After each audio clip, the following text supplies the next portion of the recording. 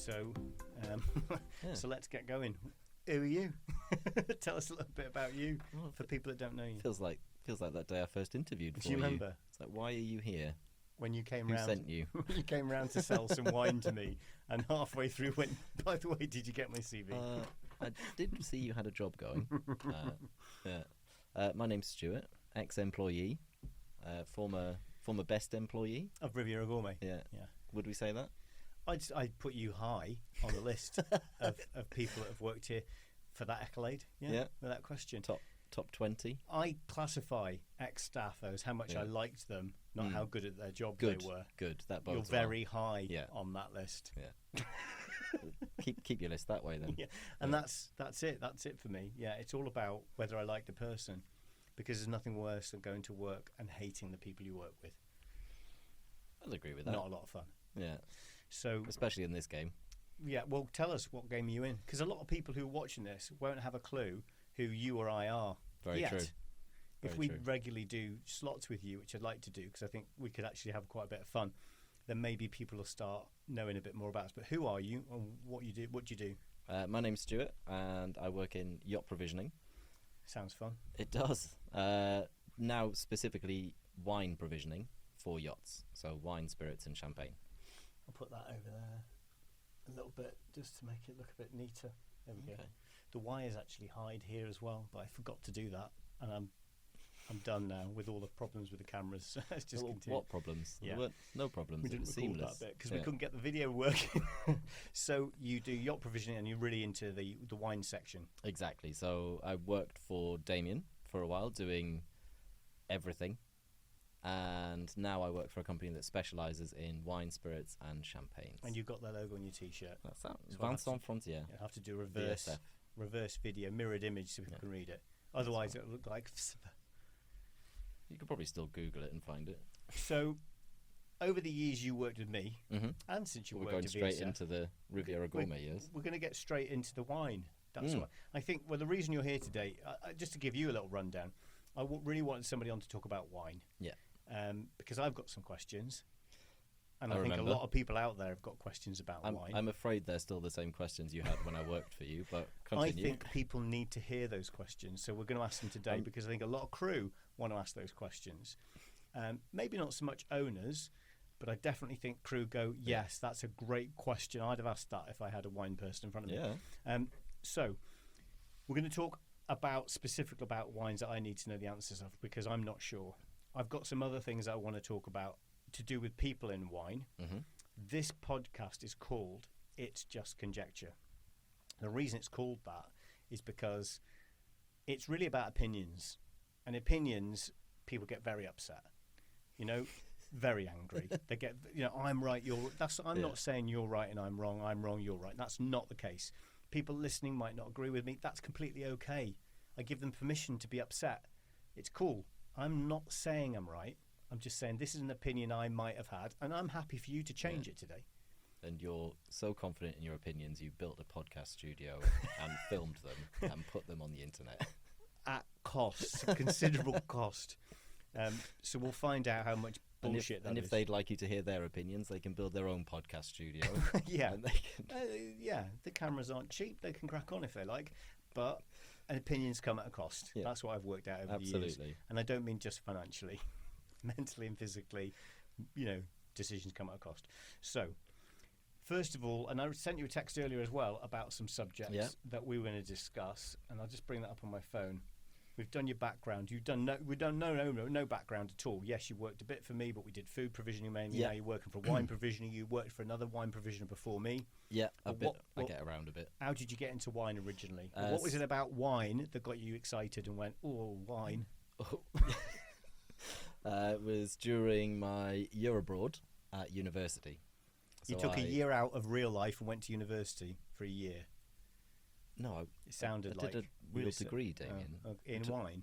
No, okay. I did Spanish and psychology for all of those Spaniards in need of psychological help. I thought it was the perfect mix to set me up for a lucrative future career. Yeah. And as part of the Spanish side of the course, we'll edit that out. My third year was a placement year in Spain. Okay. So I worked as an English teacher, which I'm terrible at, by the way. Where? in a small town called Logroño, which is in La Rioja, somewhere in between Bilbao and Madrid. So central, northern Spain. Okay. And there I did less of the kind of working, being serious thing, and more of the going out, meeting people, making friends with Spaniards.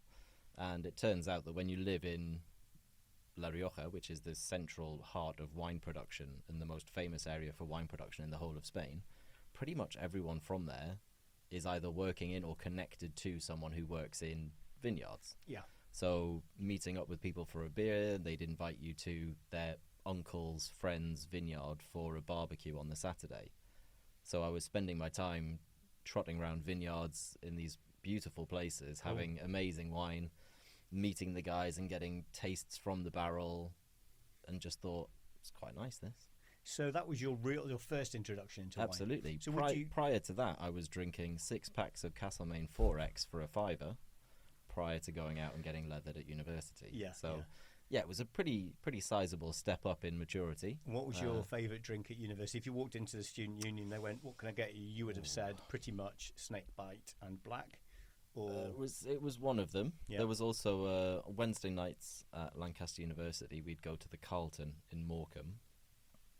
Don't go unless you're at university in a sports team on a Wednesday. Okay. It's not a nice place. No, really. But they had a drink called a stiffen, which was basically a quadruple something and something. It was just a horrific amount of alcohol in a cup for a £5. Oh, right. So that was kind of the done thing. And that would get you riled up enough that you'd actually want to go to a nightclub in Morecambe? No, you had to be at the nightclub to order it. So you had to pre-rile and then drink a stiffen to stay there. So that was, or forget where you were. Yeah, that helped, made it more comfortable as an environment. Absolutely. Well, as comfortable as you can be. For a distinguished gentleman like yourself. Of course. So you did some time in Spain, and that made you sort of find out a little bit about wine, and you started to love it. Yeah, so I didn't have any real formal education about wine. It was more when I got to the end of my university degree and had to join the real world. Yeah. And people started saying, "What do you want to do as a job?" And you thought drinking wine sounds fun? Well, just wine as a concept, I'll do that. No, that's fine. That was pretty much where I got to. At least you made a choice. Yeah. A lot of people get to their early 50s and they still haven't made a choice. Yeah. I'm not suggesting you're nearly 50. I'm just saying some people could get to nearly... I am nearly 50. So therefore, what do you do with your life? Not sure. Both in our 30s. Both in our... Yeah, all right, Mr. Brent. So you spent some time back to Spain. So you spent some time in Spain. You learned to speak Spanish. You enjoyed your time in Spain. Why would you come to France? Now, before you answer that, if you'd have ended up in Bordeaux in the wine industry, I'd have turned around and gone, fair enough. But in the south of France, there isn't a particularly large quantity of quality wine. Yes, rosé from down the road, but not where we are right here in the sort of thick of it. You know, we're sort of on Tibish area, Nice. People who don't know, Nice, Cannes sort of area. Yeah. South of, excuse me, that's my tea talking. South of France, but far west, right on the border going into Italy. East, exactly. Well, I was looking downwards.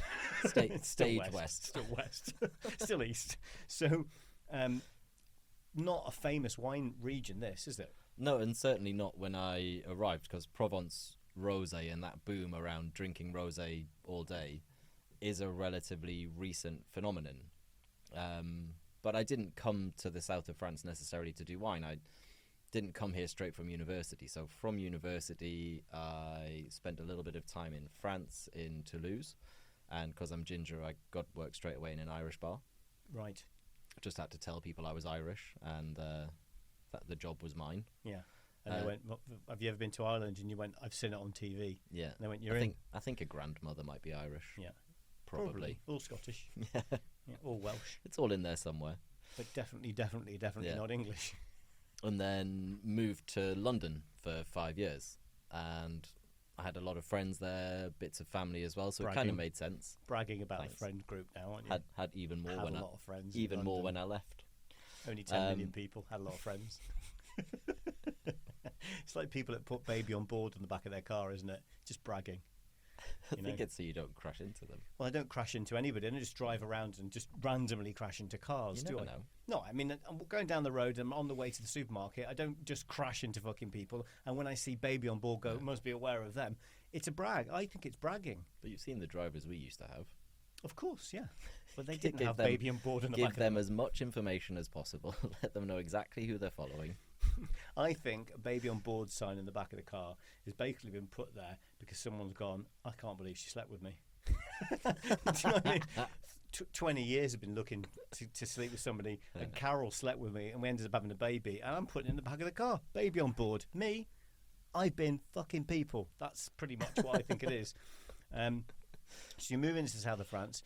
Sorry, to London. So I moved to London, and at the time I still wasn't really focused down the wine route. I just needed money to be able to live and go out on nights out with my mates. So I was a terrible recruiter for 2.5 years. Possibly the worst recruiter anyone's ever seen. What industry? They tried me in many industries, and they were desperate for it to work. Yeah. Fair play to them. They Yeah. really gave it a good go. 2.5 years, Okay. and I made one placement. One. It was a temporary contract, so a short-term contract for a pharmaceutical firm in Russia, believe Wow. it or not. Wow. Went straight into the hard markets, mate. I was just waiting for that big one. You know? And I think it was actually because once I actually got that job through and someone said, yes, I'll take it, I had to then go to my boss and say, what do I do now? He said just take your commission check and be No, happy. he was shocked that I didn't know how to submit paperwork. All I had at the moment was 2 verbal yeses, one from the company and one from the client. And I didn't really know And that what to took do 2 next. years to get that. No, that took about a week. The 2 years prior to that, I'd spent just trying not to get fired. Right, okay. And how did you manage to do that if you hadn't placed any people? It's a question I ask myself a lot. Just being an all-round good guy. Right. It does help. Always first hand up on a Thursday night when someone wanted to go to the pub. Just being there. One of the lads. Yeah. Yeah. And I think after a while they forgot I was there. Team player. To be perfectly honest. Somebody needed tea, I'll get you tea. He's a nice lad, isn't he? That Always. Stuart. Yeah. What does Yeah. he do here? I'm not sure, but he's very useful. He must be good at what To he be does. fair, 'cause he's always- been here a long time. He's been here longer than any of us. Yeah. So he must know what he's doing. That's literally what it got to. And they just forgot where I was and what I was doing until I had to ask someone, how do I do my job? And they were like, what do you mean? And then it kind of So you came went from out. recruitment. So how got- did you got get fired. fired? Uh, Tell me about that meeting. That meeting was... How did he do it was it? quite amusing. If I needed to fire anyone, Yeah. what would I say? So the director of my division called me in for a meeting, and it was around the time that we would usually have our weekly, Stuart, you've been shit again this week. I was like, yeah.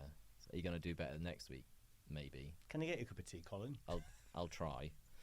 So he called me in, and I was expecting I had my answers ready, locked and loaded. This was well versed after 2.5 years.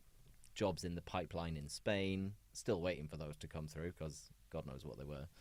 But actually, he sat me down and he was like, I think you know what this meeting's about. And I could tell from the tone that it was Digestive 100% biscuits, chocolate-covered digestive biscuits. you're really bad at your job. Oh, really? And we no longer require your services for the amount we're paying you. So it's like, we're going to have to let you go. Yeah. Okay. And then he sat and made that face at me for about 5 minutes. Of complete bewilderment. And was like, usually at this point, this is where people say, give me another chance, tell me what I need to do better, I can do it, I believe in myself.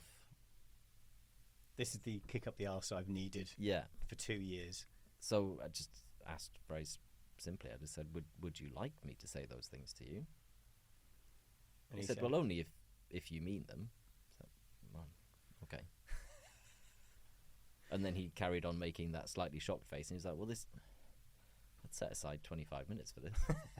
It's taken 3. Yeah, wait there. So ran outside back to the office, and then sent the other director in, who just stuck his head round. He's like, you're fired? It's like, yep. It's like, oh, why am I here then? I don't know. So he wandered off, sent someone else in, and it was just a parade of directors coming in saying, oh, they fired you. Yep. Oh, that's a shame. Did you not Or- feel like just getting up and saying, well, I'm done then, I'll get my pencil case and I'll be on my way? Still on the clock, mate. Okay. Get that last paycheck. Oh, yeah. So you left there and went where? So then I managed to get a job at a restaurant called Trinity in Clapham, working behind the bar and basically as an entry into the sommelier world. This is when it really kicked in. Yeah. This is when wine. You woke up in the middle of the night, you just went, wine. That's it. I love it. That's it. That was the moment. That was the kick up the arse I needed. Yeah, you did need to get fired. And I think I did. When you watch that film Up in the Air with George Clooney, when he says to them, you know, a lot of people who lose their job go on to following their dreams because they have to. And the only reason you don't follow your dreams is basically because someone gave you a reason not to. Yeah. It's like, I'd agree with that. Again, we've got a lot of Yacht Crew probably not watching.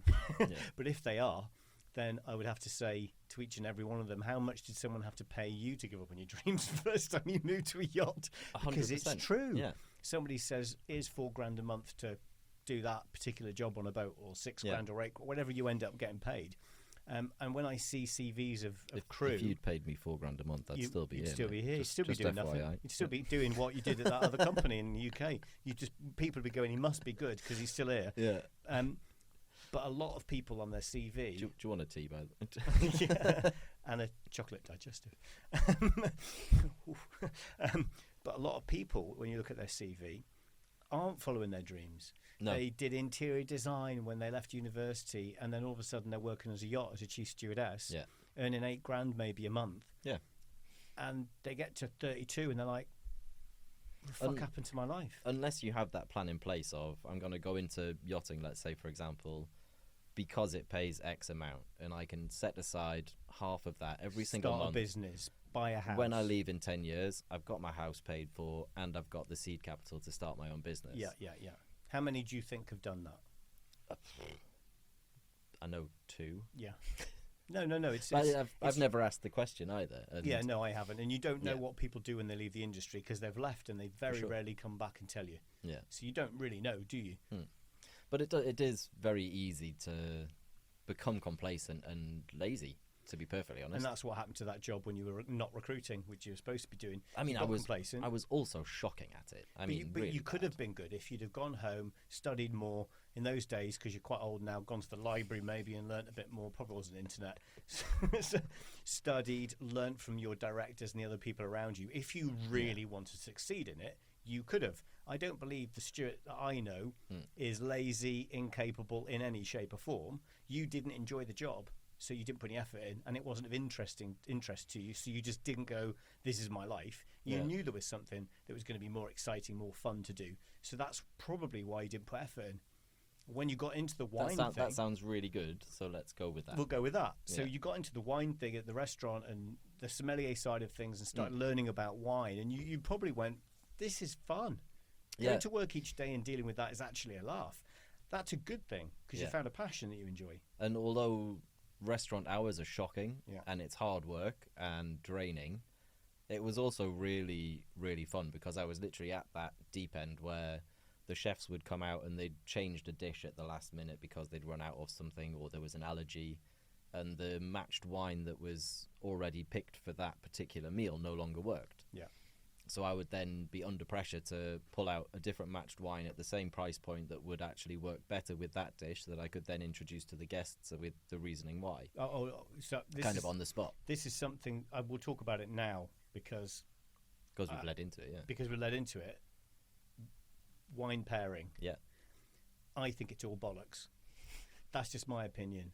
I can't imagine why it's a real thing. It just sounds to me like a sales pitch. It doesn't sound like a real thing, because if you gave me one red over another red, I'll either like the red or not like it. The food ain't going to change that. Yeah. It doesn't, just because I've got steak in my mouth or a bit of cod or sea bass, whatever it may be, or a scallop or a ceviche of something, doesn't change the fact that I don't like the wine. Because if I like a really deep Madaran, full flavoured. You researched that wine, didn't you? I actually quite like Madaran, but the point is, that's what I drank when I drank red wine. Yeah. I liked Madaran. If I went anywhere and there was a cool place in Antibes for a while, it was a wine bar, Yeah. You remember it's completely changed now, but it used to be really nice on the corner next to where the ice cream shop is, just round from the Drinkers Club.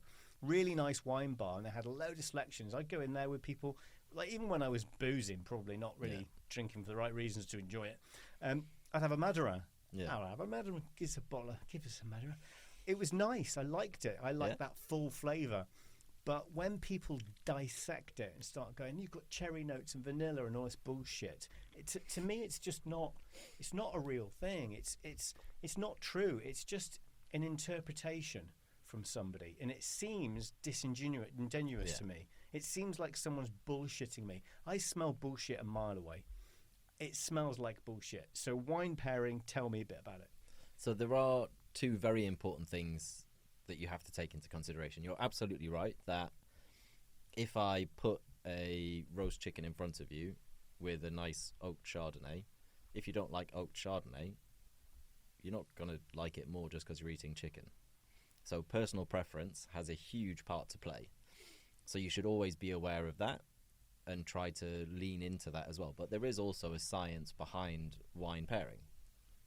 For, just as an example, having something salty will make wines generally more palatable because it reduces the sensation associated with tannins, for example. So your Madiran is naturally a very tannic red wine. You get the drying sensation around your gums where you feel almost like your lips are sticking to your teeth.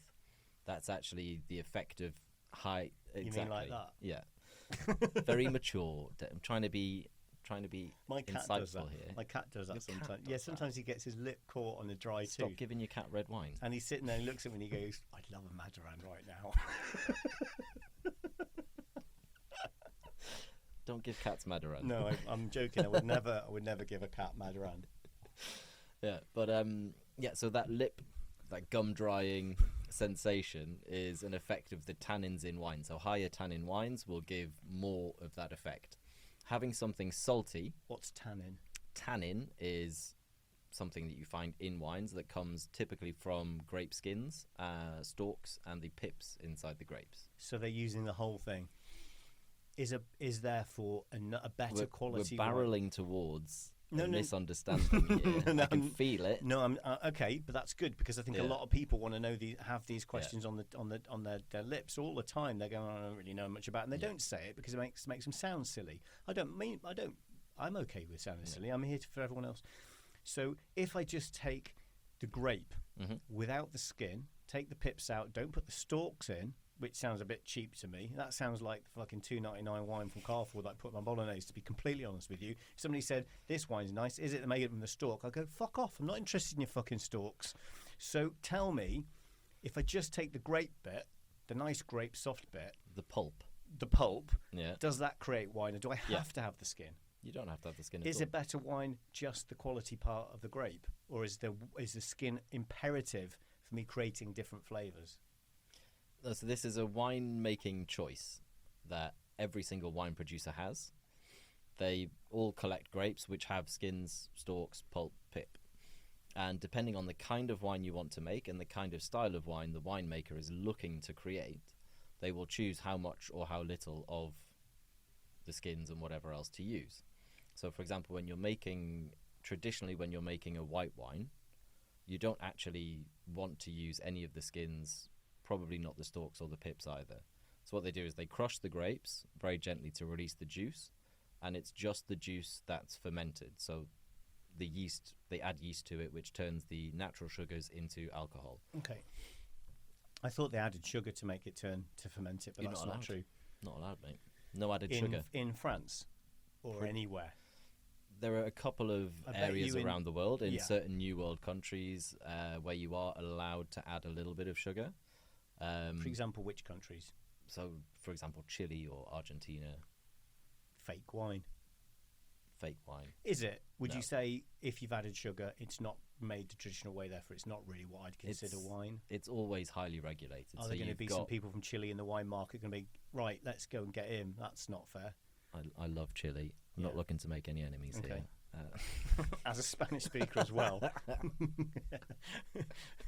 So everything to do with winemaking is incredibly regulated. So there are very strict maximums on anything that you do when it comes to wine, any intervention. Right. And in traditional, what we would call the old world, so traditional winemaking countries like Italy, France, Spain, it's incredibly regulated. So there is only a certain number of things that you can, and definitely lots of things that you cannot do to the grapes and to the wine while you're making it. Right. So white wine, they're just squeezing them gently. Yeah. How are they doing that? No, different ways. So there's the old-fashioned basket press, which you might have seen in pictures of vineyards and things, where it's the wooden basket with gaps between the slats, and then a flat plate at the top that they screw down. So basically, you fill the basket with your grapes. You could probably mechanize it now. Okay. Get a donkey to walk around it. Yeah.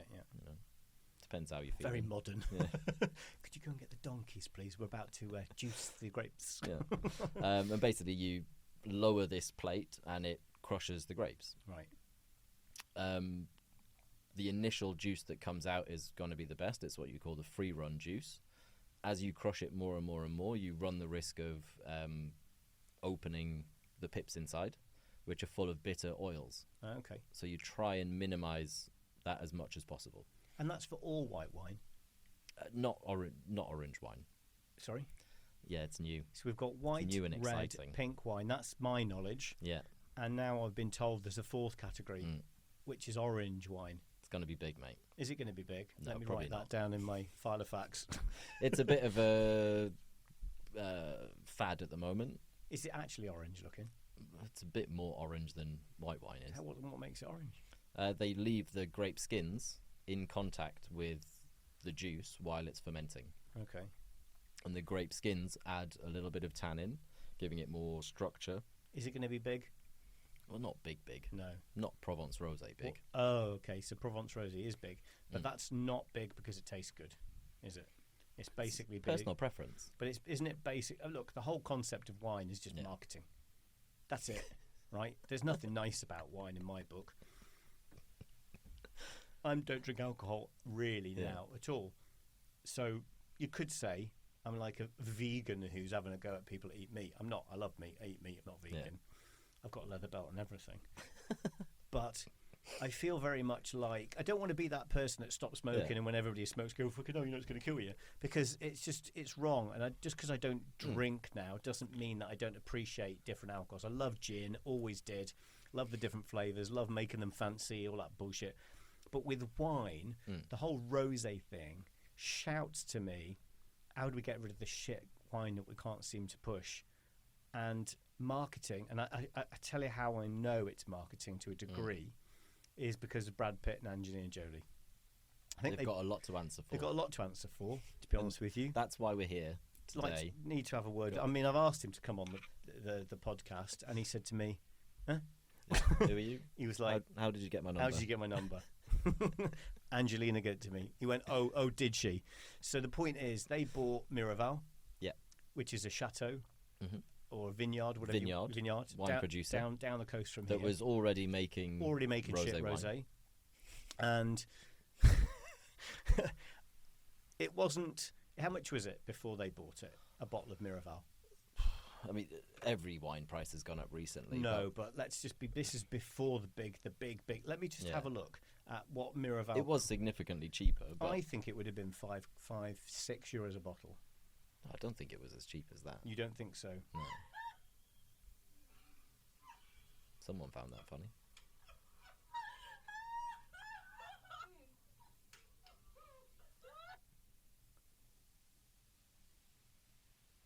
What was that? How did that pick up the office? I don't know. That's bizarre. That happened the other day as well when we were in here. Isn't that weird? Yeah. I think there's a ghost in here. I'm not sure that would have come up on the microphones, but basically there was just almost like canned laughter, as if I'd just said something really funny. Very weird. Wasn't that weird? No, but Brad and Angelina started this whole trend of celebrity-endorsed wines, which I don't have a problem with at all. I mean, Graham Norton has a very successful range, and the Kylie Minogue range is huge now. Sorry, Kylie Minogue's making... Kylie Minogue's not making it. She just put her name on the bottle. But what it does is it brings wine to a different audience. So people who are not necessarily interested in wine but love Kylie Minogue might buy her rosé. And if they enjoy it, it opens up the world of rosé wine to them. They might start to look at what other rosés they like. Do they like white wines as well?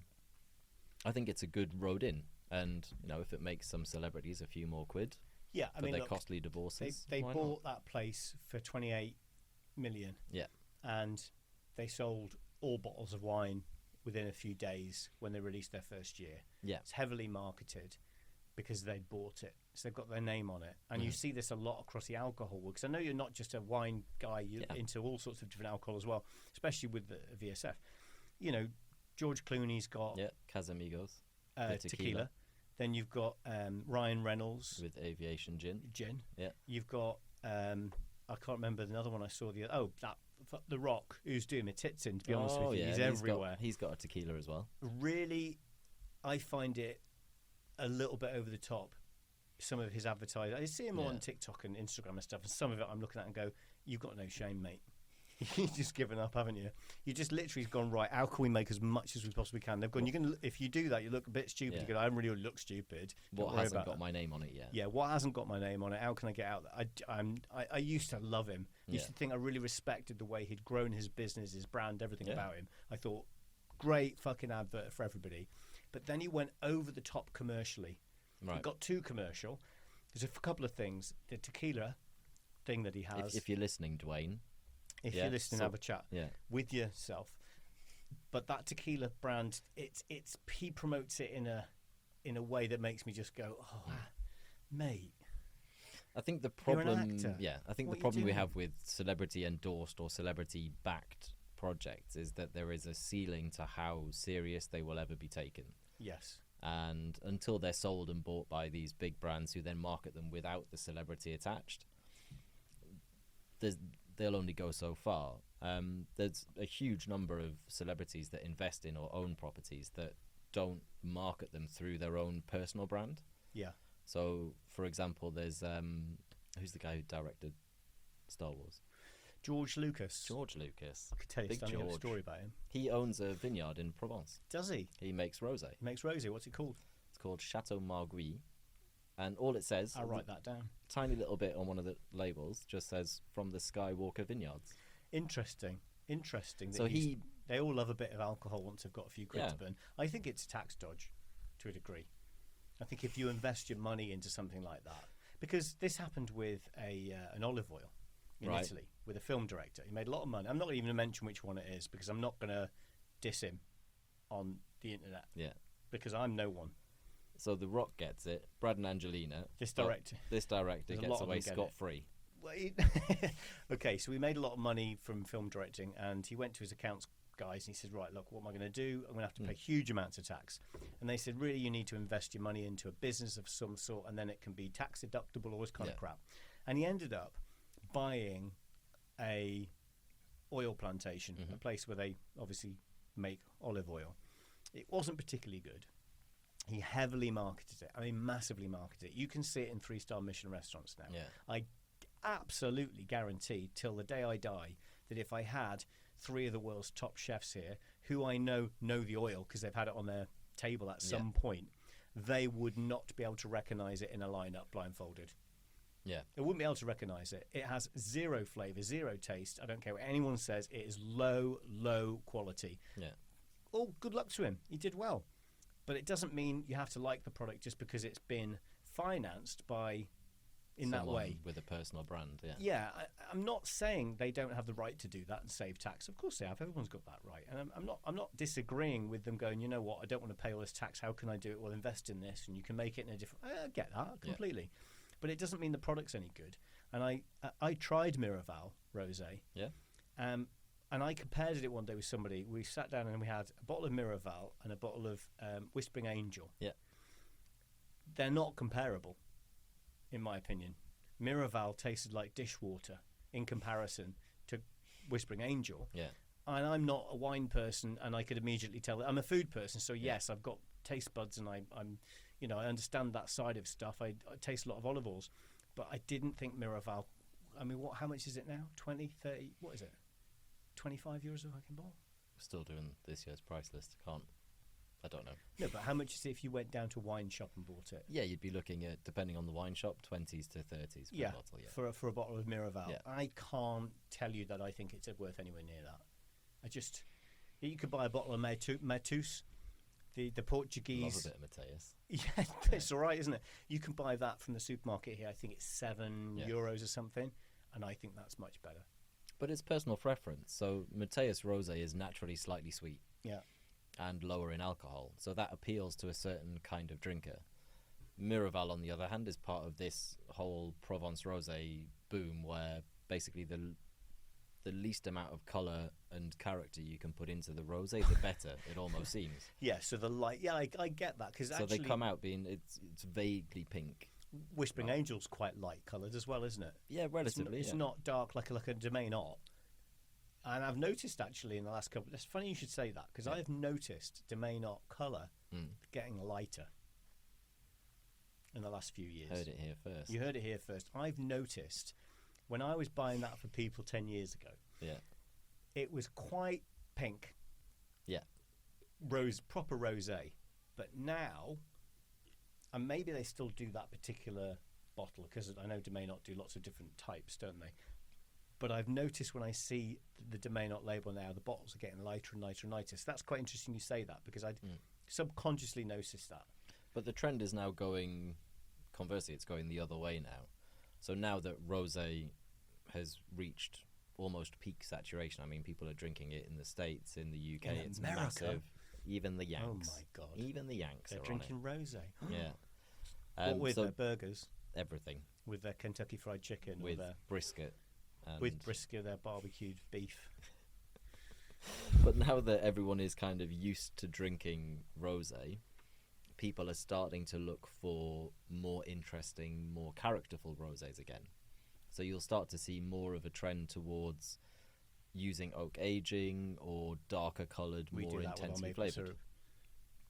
Oak aged maple syrup. We do we use I remember that. oak barrels, age it for 9 months, and it comes out as a lovely mature flavour. You see, that's what I like about wine, is that I can use their barrels to age quality Your produce syrup. and give it another flavour. It doesn't taste like wine though. It's the oak that gives that flavour, and obviously the oak gives the wine the flavour as well. Yeah, but if you're using an old wine barrel, you will actually get some of the wine character coming through as well, because obviously the liquid soaks into the wood. So when it comes down to grading wine, there's one man who's probably the number one in the world. Bobby Parker. Mr. Parker. Yeah. Very highly regarded. Yeah. I see his name all over the internet. Basically, next to every wine on any wine site, it says Parker. How many Parker points? How many Parker points? I take it out of 100. Yeah. So anything in the 90s, I would presume, is very good. Yeah.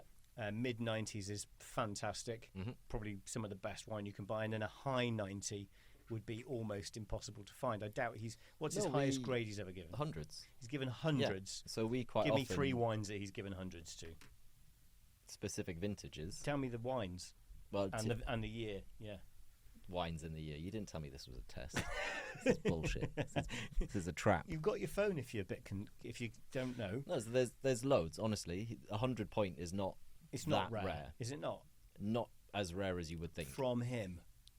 Well, so the Robert Parker points are not just given by Robert Parker. So he has a company called the Wine Advocate. Whoa! And this is a game changer. There are a team of tasters whose job it is to go around trying these different wines from different vintages and using his scale, assigning them a point score. And they will actually go back to wines. So they'll try them when they're first released and they'll assign an initial score. They may go back to that wine 4 years later and retaste it and maybe amend that score. Well, it would change over years. If it's over the years, it's going to change in flavour. Yeah. That's normal. But the score is related to its aging potential, its flavour, its character. So everything. He's not tasting them anymore. Not all of them. How old is he? Oh, like 200-300 years of age. 79. What's his No name? idea. Robert Peter Parker. Peter Parker picked the... It says here he wears a costume and flies around the city in spider webs. Yeah. Right. But 100-point wines, we quite often get asked for by boats. So they will ask us for a selection Only 100. of 100-point wines that they can present to their guests. 75 years age. I was close. You were. He's looked like he's had a lot of wine, doesn't he? Old pro. So he is the number one man, isn't he?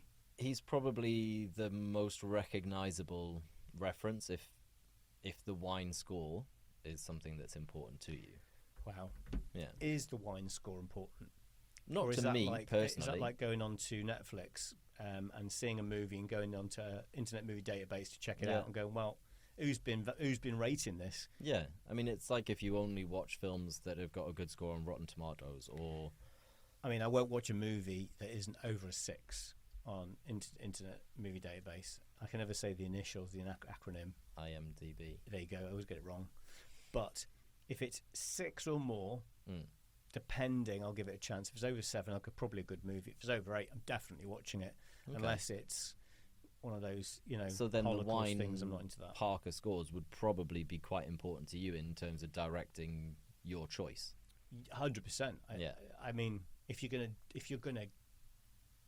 look at a gauge for movies, you go to Internet Movie Database. Yeah. If you're gonna go for wine, you go to Parker. I didn't realise he wasn't doing it himself. Do you know what I mean? I didn't realise he was just chilling out in his rocking chair, smoking a cigar, drinking a nice bottle of Miraval, laughing to himself whilst he's got a team of people doing it. I thought he was tasting the wines. And it says, I've just looked on there, it says he's retired. Yeah. So he shouldn't have his name on there anymore. It's his scale, though. The Parker points. But I can system. say, well, in his scale, I'll give it a score 2.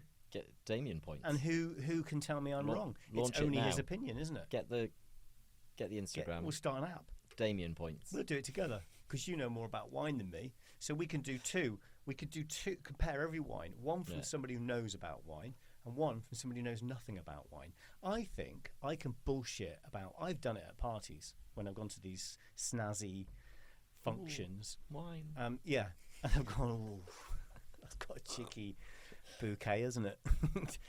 But you can say things to certain people like, "Oh, it's got a very long nose," and they'll go, "Well, it has, hasn't it?" Yeah. I don't know what that means. It sounds like bollocks to me. But I have stood in a party. I did it in Monaco not so long ago, and they gave me a glass of wine, and I was drinking it. And they said, "What do you think of that?" And I went, I said, when you drink this, you can tell immediately that this is a southern slope wine. And the guy sort of looked at me and went, well, what how? are you talking about? I said, well, you can tell the fruitness in it. You can tell. Whoops, you can tell that there's a vanilla flavour. You can tell that the water has rolled off the hill on the southern slopes, which means it's dried out quicker. You can taste that in the wine as it goes down your throat. You can taste that the sweetness, but there's a dryness about it that you're getting from the soil. And he was like, "Oh yeah, I so agree with you." Oh, bollocks! I know that's bollocks. Complete bollocks. Yeah. Go in the Tate Modern, I can do the same as well about fucking art, square circles and bullshit like that. They've got in there. It's all. Is that why you're not allowed in anymore? They've banned me a couple of times. They didn't recognise the moustache. The whole point of wine is if you enjoy it, you enjoy it. If you don't, you don't. Yeah. But I think all of the other stuff behind it, Parker points. I get why he's got his grading system because people are going, well, is it any good or not? And what's he graded Miraval at? Not all of the rosés are graded. Do you so think I he's don't think graded the it? latest vintage will have been graded yet. How do you spell it? Miraval. Miraval. This is not paid for in any way by Chateau Miraval. Other rosés are available. What's your 3 top rosés? If you were getting married, for example, and I was going to buy a nice bottle of I'm rosé. getting married, dickhead. Are you? so if you were buying it, I'd pick the 3 most expensive rosés. What's the in most world. expensive rosé you can buy? Miraval. Miraval. Muse by Miraval is up there. Shut up. So there's 90 points he gave it. There's a posh Miraval, which only comes in Magnum format called Muse. Domaine Ott released Etoile, which is a blend of wines from their 3 main vineyards, and which is very good. Which one? Domaine Ott. Domaine Ott Etoile, it's called. Yeah. Probably the most known is Garros by Château d'Esclans. This is the people that make Whispering Angel, and actually when the vineyard was bought out, a few years ago when they started that mass investment that created Whispering Angel and the whole buzz around that vineyard. One of their aims was to produce the most expensive rosé in the world. And it doesn't taste like rosé wine. What does it taste like? It tastes like a posh white wine from Burgundy. It's like cat piss. I thought you were going to be really funny then. It tastes like dishwater. Yeah. How much does it go for a bottle? 100 plus. So you'd go on a scale of cheapest rosé, next would be white, and the most expensive wines are red. No. That's complete bollocks. Well, some of the most expensive wines ever sold are red. Are red, by but chance? Some of them are also white. Okay. No, I'm not saying there aren't like a Cheval Blanc red wine would be considered the right vintage would be considered pretty expensive. For the right vintages, paying a lot of money for the right that. vintage. Obviously, a Petrus we know is one of the most famous as being more expensive than that are certain Burgundy wines. Okay, like for example, Domaine de la Romani Conti. Okay, horrifically expensive, and the prices have gone haywire in the last 3 to 5 years. If you'd have bought some of that 10 years ago, you'd be rocking and rolling. Oh, for sure. Really? Yeah. Wow. But the value in that, not only is it an exceptional wine that's all very, red. Domaine de la Romani Conti is a red wine. 100% Pinot Noir. And I love Pinot Noir. I used to like a Pinot Noir. Love a Pinot. That and Zinfandel. I could tell you're a Pinot man. Yeah, you can, can't you? You can tell people are a Pinot. I don't know what that even Pinot means. Noir. Yeah. Type person. We should try it actually. We'll go out on the street. We'll try a Romani Conti. We'll go around the supermarket. We'll just walk up to randoms and go, don't tell us. You're a Miraval type person, aren't you? And I'll be able to tell by the cheap bread they've got in their basket, or, the fact that they've got Carrefour own baked beans, things like that. So that, my point is, I would say, and again, I'm asking questions here because I don't know, but rosé, it doesn't get to the prices that white and a red would get to. Absolutely Like you said, there's a few over 100, but in reality, you're looking anywhere from a £5, maybe €2 from €3 in France for really low grade, but you're looking from a £5 upwards, to 20, 30 euros. I think once you get over 30 euros, they're less frequent. Yeah. And gradually, as you get higher and higher price, they're even more irregular to find. More rare, that's the correct words, less frequent. And more rare. We're in the wine industry now. Yeah. Sotheby's will be on the phone later. Less fucking frequent. We're not going to sell anything with that, are we? So rare, my friend. Yeah. So the wine, but white wine, yes, you can get some very expensive wines, but there's more red wines at a higher price than there are white wines at a higher price. I mean, I'm asking. I think that's the case. I think if you look at the top 100 wines in the world, price-wise, you'd find more reds in there than anything else. No rosé. But you would be surprised at some of the white wines that you would see. For example, there's a Chateau d'Yquem. Yeah, I've got a bottle in there. Really? Someone gave me one. 1996. Okay. Yeah. So Chateau d'Yquem is a sweet white wine from Bordeaux. And very, very famous, and it's almost indestructible. It'll last for 30, 40 years. Is it easy. A dessert wine? Yep. Okay, so that's something else out of my list, dessert wines. Obviously, it's almost like we planned this. Yeah. I'm not sure I understand. Yeah. If I've got a sugary dessert, the last thing is I want a sweet wine. Because so I'm going to go, that's too much. This is part of the science behind wine pairing.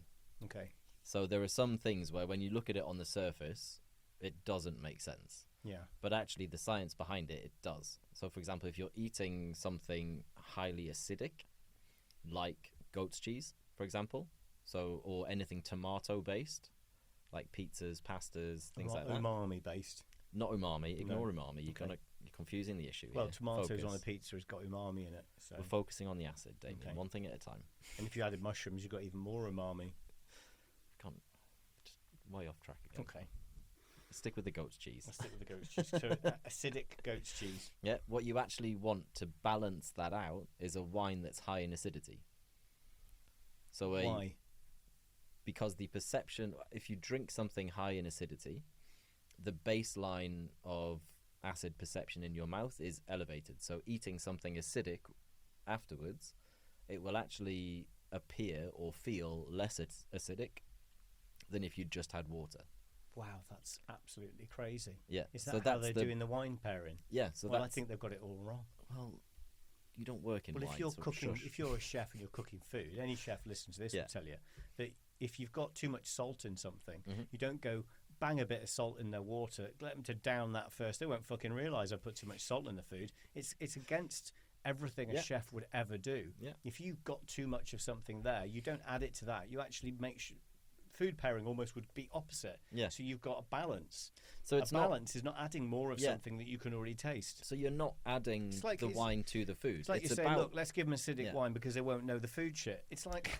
But it's about what your mouth perceives. So your taste buds are so sensitive that if you're drinking something that's naturally highly acidic, so Sancerre, for example, Chablis, these famous white wines from France, even Champagne, your brain kind of readjusts and rebalances the perception of acid in your mouth so that it doesn't dominate and overpower everything else that's happening.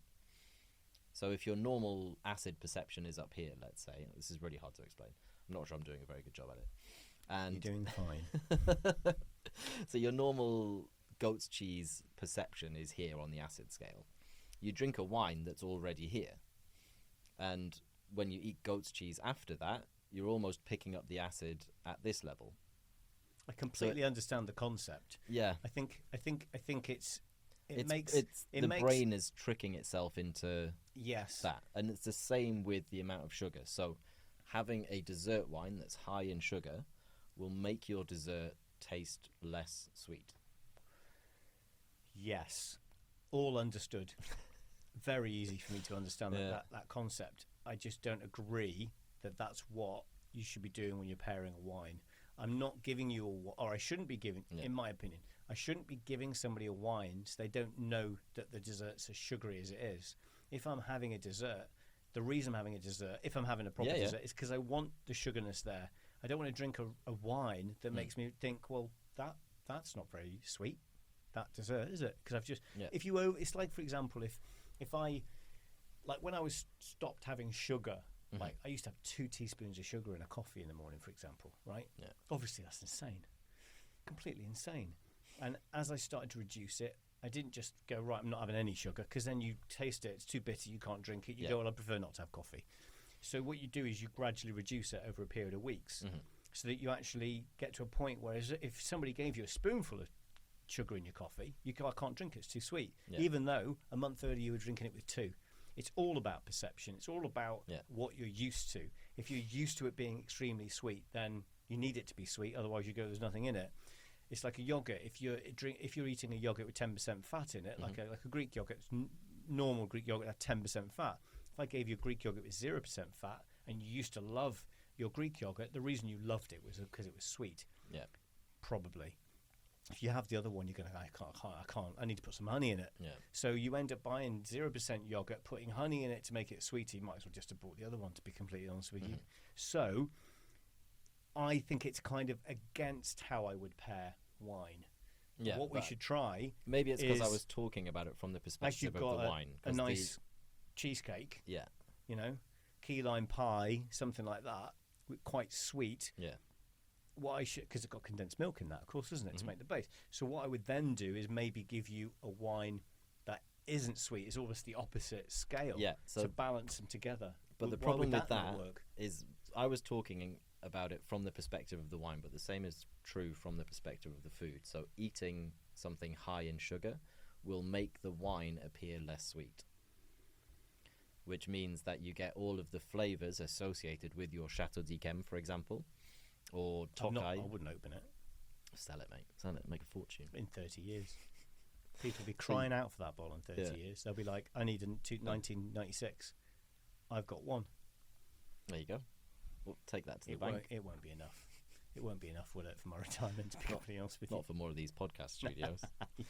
But if you look at it from that perspective, it means that you can have all of the flavors associated with these very sweet wines without noticing just how sweet they are. The same is also true with dry wines, i.e. a wine with very, very low to no sweetness. Yeah. Your perception of the sweetness in that wine is reduced. So if you start with a wine that's very low sweetness, if it's a dry wine, Yeah. you eat something sugary and then go back to that wine, all you'll be able to taste is the acid, the tannin, the bitterness. It will highlight the negative aspects of that wine because you're not getting any perception of the sweetness. Okay, so that's dessert wine. Yeah. I've always been... years ago, I tried dessert wine. Somebody gave me like a little... They give it in a little glass, don't they? Yeah. They don't give you a proper glass. It's like a shot, expensive. really. It's like a big shot. And I tasted it was like very sweet. And I, in those days, used to really love over sugary stuff, so I liked it. But I tasted it recently, and I was like, I can't drink that. It's too sugary. It really is sugary. Some really of them can sweet. be really intense. Really intense. Depending on where it's from, there are different scales, and So the some of one them I can have, get- the Chateau Camp, is that very sweet? It's sweet. It's standard sweet for a standard dessert sweet. wine. So obviously, I'm going to get onto a few bits about choosing wines now in a minute for boats. But there is a question I do have for you. It's something you and I spoke about many, many times. Oh, God.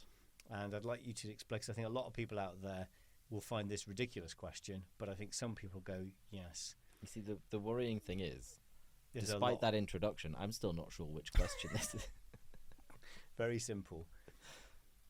Is champagne Yeah. just fizzy wine? I mean, it is fizzy wine, but it's not just fizzy wine. Could you not get a nice white wine, stick it in the soda stream, No. and you've got champagne? No, not at Could all. you not con somebody into thinking that Oh, you can con that people was, into anything. Well, we've all seen, what's it called, the documentary? Sour grapes? Sour Grapes. Is that the one with the guy? Where he makes fake wine. Yeah, brilliant Yeah. document. I've been looking He's for out it. of prison now. Is he? Probably selling wine again. I'd be careful if you're buying. Rudy. So we'll talk about that in a second. But and that's actually quite interesting. I think Yeah, everybody yeah. should watch Fascinating. that. Fascinating. I loved that. There's a couple Yeah. actually. The other film I watched recently was with the guy who died recently, There's a few. the English actor who died recently, Alan Rickman. Yeah. Not that recently. Not that recently, but they're all recent, aren't they? Yeah. Who plays the guy who had a wine shop in Paris. Yeah. And couldn't really sell any wine, wasn't having a great business from what I gather. Ended up having a competition between Californian wines and, Yeah. and French wines. Brilliant story. We'll It's talk called about Bottle that. Shock. Yeah. Yeah, Bottle Shop, that's it. Fantastic movie. But I've always thought to myself that, you know, French people, for example, at Christmas time, if you go round to a French person's house at Christmas, you're invited round and you give them a Prosecco, Yeah. they're going to just, you never Throw get you out. invited again. Throw you out. They probably wouldn't throw you out.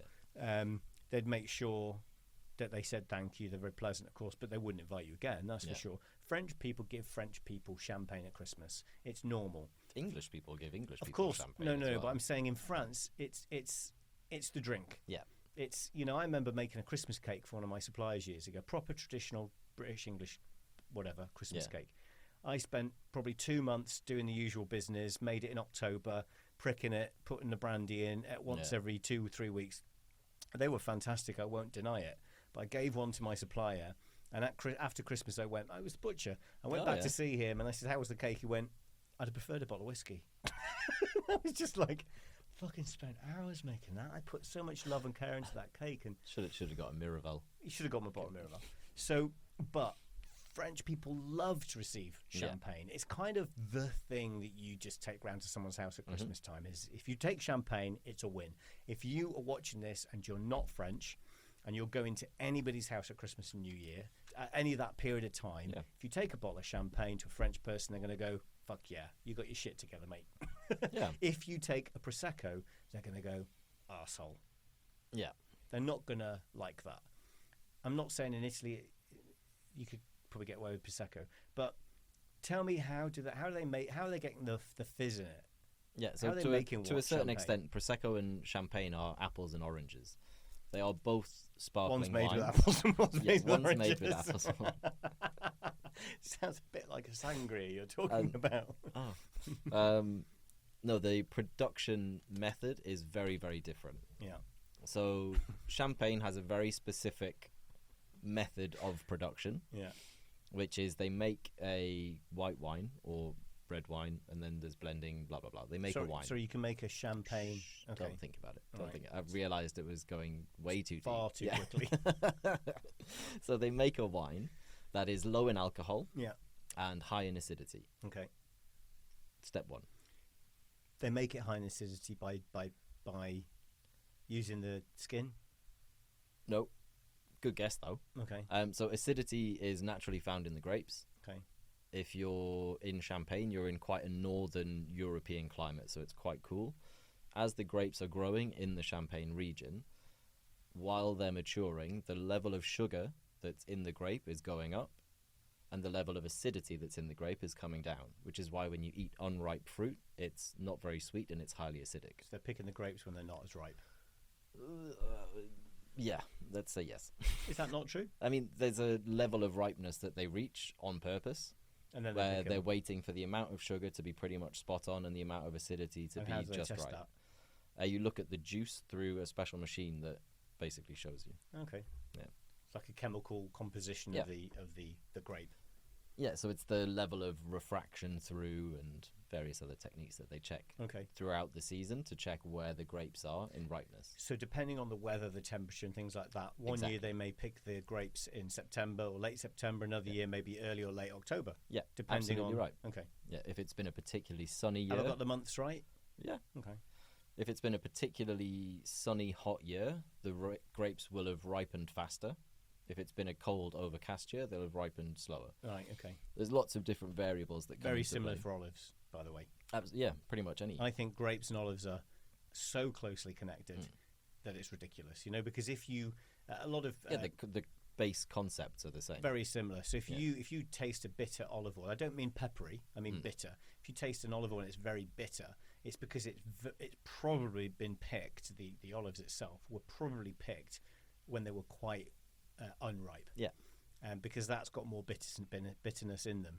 And that's pretty much what we're talking about with acidity as well, isn't it? You've got more acidity, the less ripe it is. Yeah. So it's kind of similar with the olive as well. Yeah. You can tell a very fresh olive oil by things like bitterness. Yeah. A lot of fresher olive oils. When I say fresh, cool, we get into all sorts of different subjects with that because it's the same as the wine thing. I'm into olive oil very similar like you're into wine. So I think they're quite closely... I think olive oil's all bollocks, just for the record. Olive oil's not bollocks. How could you say that? That's... No. Venta del Baron, is it just marketing, mate?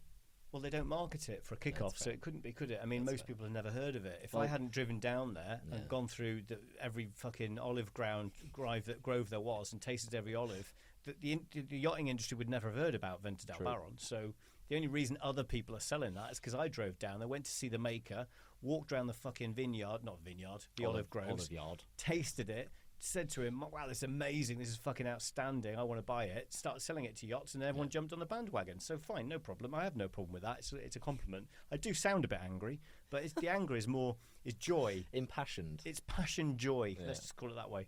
It's the same for Rinson and Lesbetica. Everyone jump at, I saw a provisioner recently on their website promoting those two, both of them. I was like, fuck you, man. But then I went, no, thank you for the compliment. You didn't get off your ass and do anything. What you generally did was walked on my shoulders and decided to sell those olive oils because I sell them. Walked on your shoulders, that common phrase. Pretty much walked on top of my fucking shoulders. That's how it felt. But then I looked at it in myself in the mirror and went, you should be proud of the fact that you chose great product and people like them and other people copy you. Yeah. I think imitation is the sincerest form of flattery. Absolutely, I think yeah. So a little bit of bitterness, very similar to the olive. So they've got this wine in Champagne. Oh, we were talking about champagne. We weren't talking about me. And what they do is they create a second fermentation. So they put the wine into the bottles that you actually buy from the shelf. Okay. So from this point, it's all happening in the bottle that you pick up off the shelf. Okay. What they do is they add some yeast and a bit of sugar to the wine. To every single bottle? Yeah. Wow, I didn't realise they made it like that. It's not usually done by hand. Yeah, of course, yeah. But they add this in, and then they put what's effectively like a beer bottle style crown cap on the top. And what happens is the yeast wakes up, realises there's sugar around, and starts to eat it, turning it into alcohol, but also carbon dioxide. Those are the two byproducts of fermentation. Okay. So obviously the more sugar it eats, the more alcoholic the wine gets, which is why your base wine that you start with needs to be low in alcohol. Okay. And also, because you've got a cap on the bottle, when the CO2 is coming out, it has nowhere to go. It can't dissipate. So the pressure inside the bottle gradually builds until the CO2 then starts to dissolve into the wine because it has nowhere else to go. And that's how the wine becomes fizzy. So it's a natural byproduct of fermentation. Okay, so that's quite... I obviously never knew any of that, which is the reason why you're here.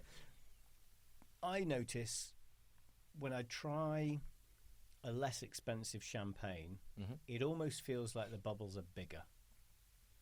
And when I try a more expensive champagne, it feels like the bubbles are finer, smaller, and there's more of them. What's going on there then? So that, I mean, it's true, fair, though, isn't it? We're getting into quite technical winemaking decisions here, but a lot of it could be... If there's anything you don't know, we can always call a winemaker if you had any trouble. A lot of it could be down to what happens once you've got the fizz into the wine. So the yeast that you've put into the bottle, we'll follow this winemaking journey a little bit longer. The yeast that you've put in, eventually, once the sugar's all gone, it gets bored and dies. So I've got nothing else to do here. So you've got a fizzy bottle of wine, lovely, but full of yeasty sludge in the bottom. Not so lovely.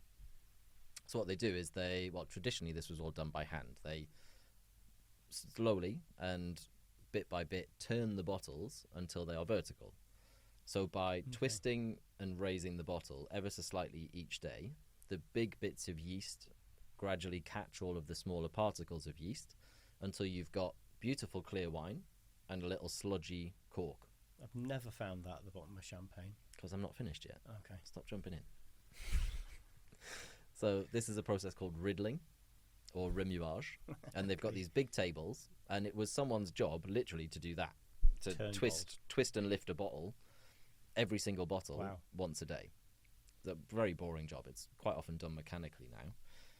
But now that you've got this little sludge cork in the top, what you do is you dip that bottle, the top of it, so you've got your bottle upside down, you dip the neck into very, very cold, super cold saline solution, so sub-zero.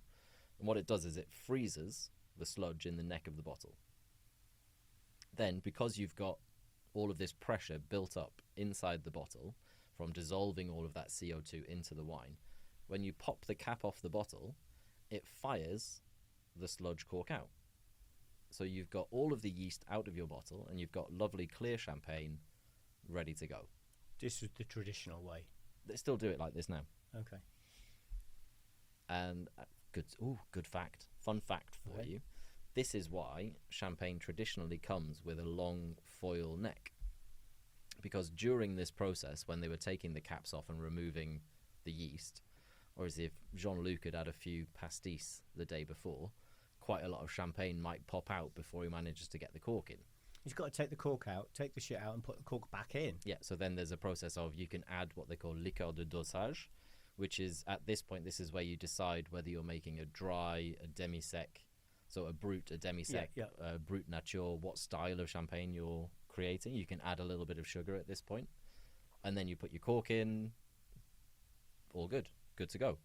But depending on who was doing the cork firing, the level of champagne in the bottles was wildly different at some stages. So they put this long foil neck on so you can't see. Ah, okay, so that's just generally... And now it's become tradition. Yes, because generally if you have different levels and different bottles, people go, well, I don't want that one. It's not as good. One. Yeah, of course. Yeah. So tell me the story. It's an interesting story about champagne. Oh, sorry, I hadn't finished my point. We just got distracted. I thought you had. So then, what you can do, and what a lot of the more expensive champagnes have had done to them, is you leave the wine in contact with the dead yeast for a certain period of time. There is a minimum amount of time that you have to do that in champagne that's different for the different styles of champagne. That makes it a champagne. Exactly. But there's no maximum. So you can leave it in contact with the dead yeast for as long as you like. And what happens during that contact is that it picks up all of the flavors associated with yeast, which is why in champagne you get almost like a brioche, biscuity, buttered toast aroma and flavor. Trust me. Okay. Don't give me that look. No. Don't give me that look. Very wine. Yeah. But yeah. And that's where it comes from. It's actually the flavor of the dead yeast. And I may be wrong, but I So believe where's all that that's where sludge now when I open my champagne? I never see the sludge. No, they've fired it out. They take that out, Yeah. and then they put a cork back in. Yeah. But and they do it for very quickly, so you don't lose your fizz. Yeah. So, okay, it's really interesting, actually. Yeah. I never knew any of that, obviously, because I'm not massively into champagne, but it is an interesting thing. There's an interesting story I read, and I just wondered if, I'm sure you know it, it's the Jay-Z Ace of Spades and Cristal story. The beef. Champagne Gate. Yeah. Tell us about that. What happened? Why did it come about? And what is the story? What is the story? Tell us. Why does Jay-Z have a champagne label? Why does basically? Jay-Z own part of a champagne called Ace of Spades? Is it any good? Is it all marketing? And what's the story behind him owning it? So, Jay-Z, as with other rap stars, quite often is shown in the videos with certain bottles and certain products that reflect high value. A particular favourite are things like bottles of Cristal, or at least they were. That they would be in nightclubs with bottles of certain spirits, different brands, and Cristal wearing certain watches. And it's all about the image that created. With the hip-hop ladies. Exactly. Hip-hopping. Very important. That's why I live the way I do. If the hip-hop ladies weren't there, none of this would have been. We wouldn't be having this conversation. Very in true. all honesty. And I don't mean that in a sexist way. I'm just saying it's true, isn't it? People can fucking argue if they like, but if the hip-hop girls weren't in the videos, we wouldn't be talking about this champagne story. I'm an engaged right now. man, mate. I can't speculate. Not here to judge. One of the head honchos at Cristal made a negative comment about this, saying that he didn't really want Cristal champagne to be associated with this world. Why? I don't ask him. I didn't say it. What's wrong with I didn't say it, Damian. with ask gangster him. rap? Ask him. Okay, so he didn't like that. No, so I would have thought. I think No offense, one of those brands, one of those top French brands, who's generally got the wrong end of the stick here. Well, there's a point to be made that a sale's a sale. Does it really matter who's drinking it and where? Yeah. But at the other end, I think they associated their brand more with country manners, institutional and wealth rather than new wealth. Exactly. And they don't probably. I would have thought, go here, conjecture. I'm just opinions here, but I would have said that they're looking at the lifestyle of rappers. And going, that shouldn't be associated with it because they're a bit snobby. Because they're not it should be associated with our brand. Cristal's one of the best champagne in the world. This is outrageous. You have to wear corduroy trousers. Wear your corduroys and your hunting jacket. We're out hunting foxes on the weekend, not women. That kind of thing. Of course, completely stuffy and out of touch. Yeah, so this obviously created quite a backlash, and Jay-Z decided that from that moment on he would never show a bottle of Cristal in any of his videos, because to be perfectly honest, it was huge marketing. Free marketing. For Cristal. Free marketing. Unbelievable. Yeah. To millions and millions, hundreds of millions of people. And he went out and created this label with using an existing champagne house. So it's champagne from another house that already exists and makes their own champagne, and he relabels it. Did he buy the whole thing with part of it? So he... to be honest, I'm not entirely sure the ownership structure, but he does not own the champagne house. Okay. So he owns this brand that is made using champagne from a different house. Okay. They'll Which one use is a it? slightly different recipe, Cartier. Okay. And was it not considered to be a high-end champagne at that point? I mean, it's nowhere near Cristal, Dom Perignon, Krug, Salon in terms of its prestige at all. Right. Very different category. But insane branding was then put on it, so the ridiculously flashy, shiny labels. Well, I've seen them. Yeah. I use the same company for my caviar tin labels, actually. Yeah. And they've done very well. Yeah, they've done really well. I mean, I remember clients coming to us and asking for the whole range of the high-end bottles in the display cabinets in Magnums and all that kind of stuff. So it's and if you think about it, it's quite funny that a champagne was created by a rap star because the super wealthy attitude was, we don't want association with these people. Yeah. And then these people create a champagne and the super rich end up buying it. And it's actually the main competitors of Cristal who ended up buying it, LVMH. If there's ever a bad fucking decision made, it was that comment by Cristal, wasn't it? Because Yeah. I mean, I'm not saying Cristal are hurt by it. Of course, they're a massive company. I don't think huge, it's hurt their sales at all. but it's comical. Yeah. It's comical that And they've now actually created their own competitor. The owners from of Dom Perignon have bought, or at least own a significant percentage of Ace of Spades. Yeah. Yeah. I mean, and I think it's almost like you caused their own problem. Yeah. Yeah, absolutely. Interesting. Yeah. Flavor wise, it's not my favorite. I've never tasted Ace of Spades champagne. I've tried the Brut normal, but I've tried Cristal, and I don't think the I normal. got excited about Cristal. Who did? Me when I tasted it. Did you? Yeah. Why? I was lucky enough to try it at a lunch I went to, and in the back of my mind, part of me, possibly because I'm from the northeast of England, was hoping that it was just bullshit marketing, and that I'd be able to turn around and go, Cristal, tasted it, hated it. But actually, it was lovely. I'm not a fan of Cristal. There's a certain flavour in there. I can't really put my finger on it. I think it's a dryness. There's something there I'm just not keen on. Yeah.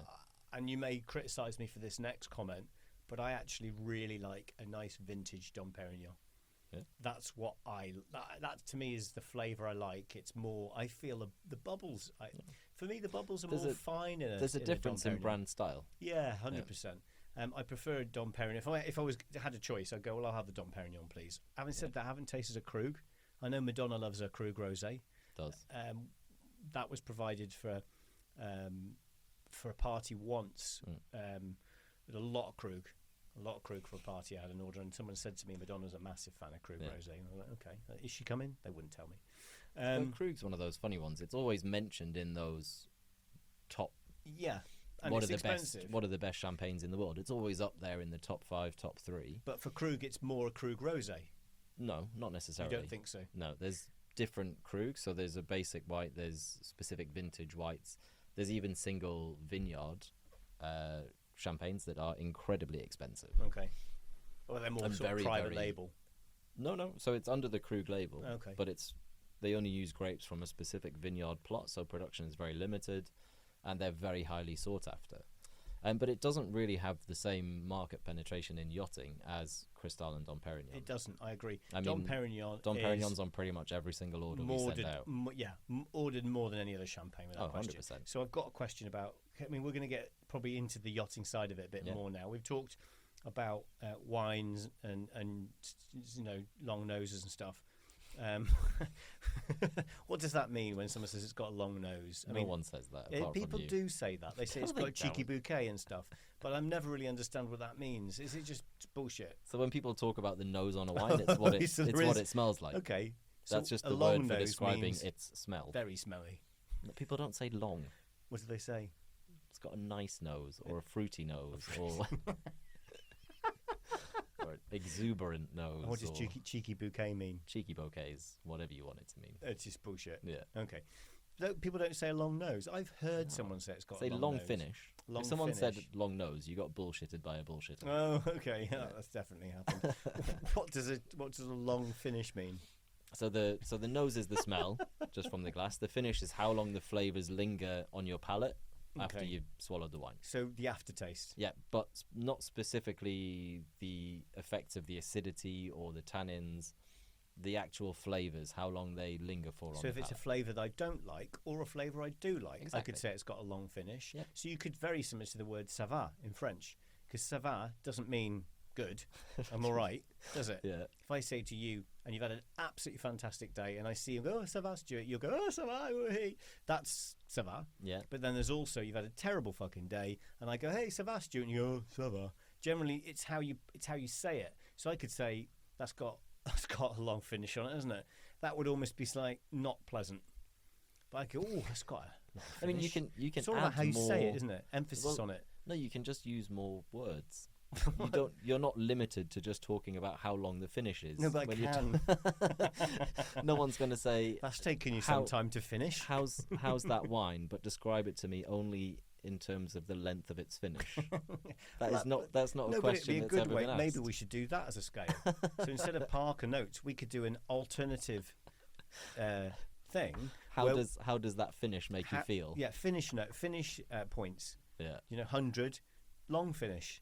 All the way down to 1, very short finish. Yeah. And then we grade it accordingly all the way through in different levels. It would be quite fun to do that. Should we get an app? We could get an app together. People could sign up. €5.49 €5.49 a month. Specific. It's a good number. And they Covers the can overhead. see all of the wines being graded as far as finish is concerned. Yeah. It would have to be an audio description, though, if you're basing your entire description of the wine on tone of voice. Tone of voice. You would have, but that's fine. You can do that on that. You just press the button. What was Miraval like? Oh, that's a short finish. Yeah. Yeah. That's an unpleasant finish. I'm having a go at Miraval. Look at me on the phone later. I don't really care. Look, if you put yourself out there as a winemaker, you, to a certain degree, should expect to be some dragged feedback. Through the mud on a You should expect podcast. feedback. This is just feedback. That's all this is. Isn't it? Brad's people are going to be furious. He's not going to be happy, but I feel he's probably got bigger problems that he doesn't. I don't really care. I don't think he's been watching this podcast. He's probably worried about getting his champagne brand off the ground. Has he got a champagne brand coming? It's already out. It exists. Is it from the same place? No, it's from Champagne. Of course it has to be, otherwise it wouldn't be champagne. So his Provence Rosé is Provence, and he's got a champagne, exclusively rosé champagne, called Fleur de Miraval. And he still use the same word, doesn't he? So by association, that's just, you see, that's wrong. He shouldn't have used the Miraval word, because if you use Miraval, you're associating with the quality of the rosé from Miraval, and anybody in the wine industry lot of people will like tell it. you that Miraval rosé champagne is not that great. It's okay. Miraval Rosé or Miraval It's Rosé no Whispering champagne? Angel. Yeah. They'll tell you that down at Whispering Angel Vintage True. Vineyard. They'll say, "Oh, it's not a Miraval. It's not a Whispering Angel." But I personally think that's a branding. I think that's a branding mistake. I'm sorry. I think it'll work with a certain demographic of people who follow Miraval for Americans. Brad Pitt. You're saying Americans here? I mean, it does play a part. We sell a lot of Miraval to American guests. Yeah. Because it's something they've heard of. It's something they know. They're familiar with it. Yeah. And they quite like it. You see, this is the thing with food I have a problem with, is if some famous chef comes up with some concept, everybody wants to try it. Yeah. And it could be complete bollocks. It could be not great. Yeah. And it could have worked maybe for him at that particular point, but it doesn't mean it's going to work if you're on a charter vessel when you've got 12 guests who are hungry. Do you know what I mean? When your kitchen's moving. Yeah, and your kitchen's moving. Anyway, we do want to talk a little bit about yachting, and I know there's a lot of people not watching this who hopefully one day will. Yeah. And they'll rewind after we've had the Alan Ducasses on and Elton Johns and stuff, all those exciting people. By then. You'll have had a haircut. You'll come back and people won't recognise you. Yeah. You'll be married. You'll look tired. You'll look worn. I'll have lost weight. This is mid wedding diet fitness plan. Yeah. You'd be seeing a psychiatrist for the depression by then. There'll be big changes. So, I can't remember what we're talking about. People in yachting that will be watching this will want to know. People will at some point rewind. Yeah. Because the first few episodes, very few people will watch. But as it gets bigger and bigger, and hopefully people enjoy it, and they'll come back and watch these episodes. And I think this episode about wine is essential for a lot of people. Yes, we've talked a lot of bollocks today. Yeah. We've talked about your history. No one cares. We've talked about my history. No one cares. In the whole scheme of things, no one's going to care about this in a year, let alone 100. But what Chief Stew's /S's really want to know is I've had a lot of stewardesses come to me over the years and say, I need some recommendations for wine. Yeah. The client wants to spend 50, 60, 80 euros a bottle. I'm fucking lost when that happens. Now, to be honest, so am I. What do you do when in a that request is that? What does a stewardess do? She phones you up and says, Stuart, we've got clients next week. They've just sent a thing from the PA. It says, no bottle under 50 euros. We like our cheeky cheeky bouquet. We like a short nose, medium finish. Likes northern wines, whatever bullshit they've written down, and the stewardess has got to turn that into a fucking selection of wines. Yeah. How does she do that? How does he or she do that? It shouldn't be sexist. Well, so the way we approach requests like that is that we try and give a range of options of different styles of wine, because what you don't know there is whether said guest likes a light red or a very heavy red or something in the middle. We don't have any idea of what kind of foods they're going to be eating, what times of day they're going to be drinking these wines, how they want it to be served. So it's not the stew or stewardess's fault at all. You know, they've only got a certain amount of information to deal with, and they give us the best information that they have.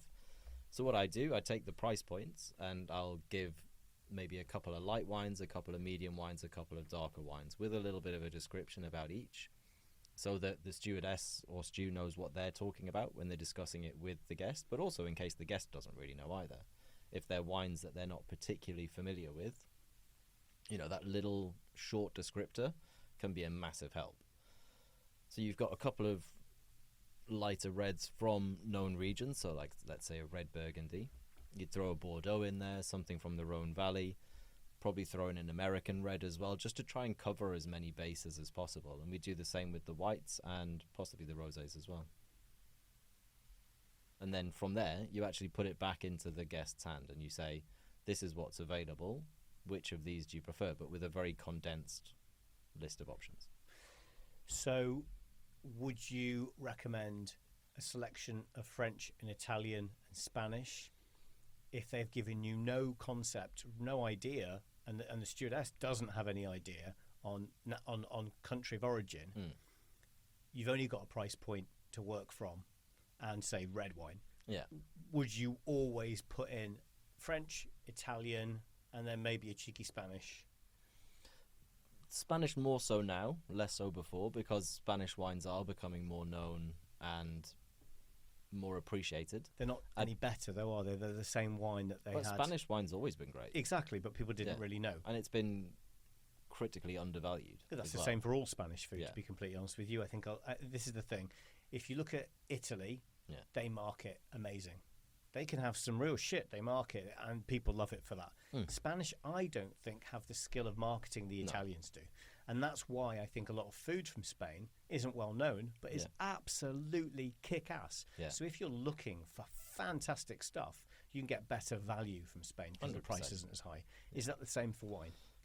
Definitely. I'm slightly biased because, as I mentioned, my love of wine kind of came from Spain. So I love Spanish wines, and I really enjoy trying to find weird and wonderful wines in local supermarkets, because Spanish wines are very hard to find here because the French have so much of their own stuff. They don't need to really promote wines from anywhere else. But I love finding smaller regions in Spain and different wines, and they have different grape varieties that they use, and it's a bit of a passion of mine. But they're not as popular for boats. I don't know whether it's like you said, a purely branding thing, whether it's a snob value thing, whether it's just the kind of wines that guests and boat owners are exposed to in their day-to-day life happen not to be Spanish. What they'll be is top-end Bordeaux, Burgundy, Tuscan wines like Sassicaia, Tignanello, Ornellaia, almost certainly some American wines as well, things like Opus One you've probably heard of as well. I heard of all of those. They may be into New Zealand Pinot Noir, maybe some Australian, and that'll probably be about it. You know, it's quite a limited range of wines that we deal with 90% of the time. I think a lot of people think that there's so many different wines, it's unbelievable. Huge. I mean, if you had to put a number on how many different wines there were, what would it be, 100,000 different types of bottles? Probably more. So it's a shitload to choose from. If somebody just gives you a price point, it's pretty hard.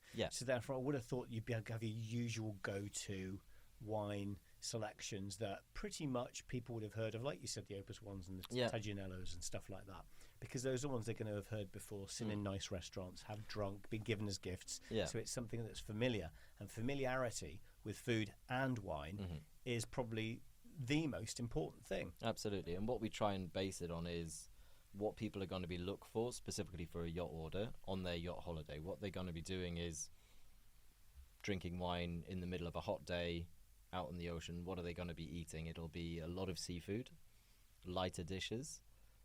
So what you need is a lighter style of wine to go with that. So you'll probably load more light options than heavy options, so lighter reds than big heavy Bordeauxs.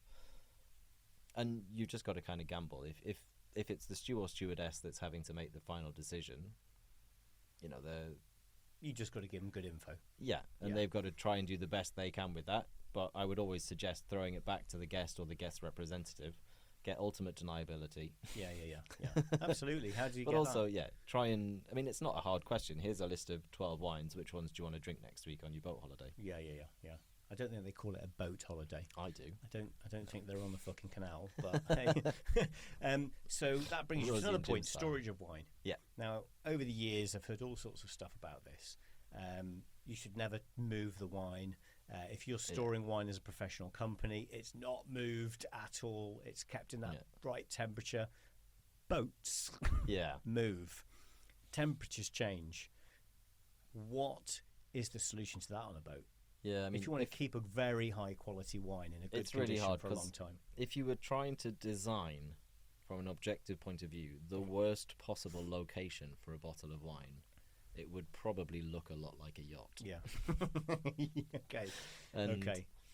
it's just because of the constant movement. But this is mainly an issue with older wines. I mean, to be honest, it's not going to be a huge issue for charter vessels Right. because of the quick turnover of wines that they're getting in. They're buying in wines that are designed to be drunk over the next week to 3 weeks. Private vessels. So different private vessels with long-term storage on board, it is a bigger problem. Should the vessel therefore not store their wine with the wine cellar and request it in smaller increments so it's kept in a better condition? And is that a service wine companies here offer? Yeah, I mean, that's definitely something that we and other people do offer. Whether or not the owner of the vessel is happy enough to have a more limited selection on board when they arrive is the real question. I mean, personally, if I'd spent a lot of money on my wine, You do that? I'd drink it all straight away and die. Oh, okay. I don't know why I went that way. But no, I mean, I think there's a lot of snob factor with wine on board yachts, and what they like is to have the display fridges, the display cases full of Premium. recognizable Beautiful wine. premium posh labels. If I was a yacht owner worth $1 billion and I had a super yacht, and I had my friends and clients come in, I want the same, man, to be completely honest with you. And I'm going to be Look at my cellar. I'm going to tell you something else. Yeah. I think if I was that wealthy and I had my own yacht and I could afford that wine without batting an eyelid, I wouldn't really care if it was 3% less than the quality it was because it's been sloshing around on my boat for the last 3 months. I think I'd give a fuck. The main issue I'd with probably the drink a movement Petrus with a pizza made by my professional chef and go, that's what I like. probably goes quite well with And I pizza. wouldn't care. Yeah. And I just don't think it's that essential. I think you can go a little bit over the top with these things. And before you know it, you're so protective of it that you never even fucking drink it. Yeah. I've got a bottle of some red from down the valley. Down. Sangre de Toro. No, down. I quite like that. That's good for bolognese. Don't care what anyone says.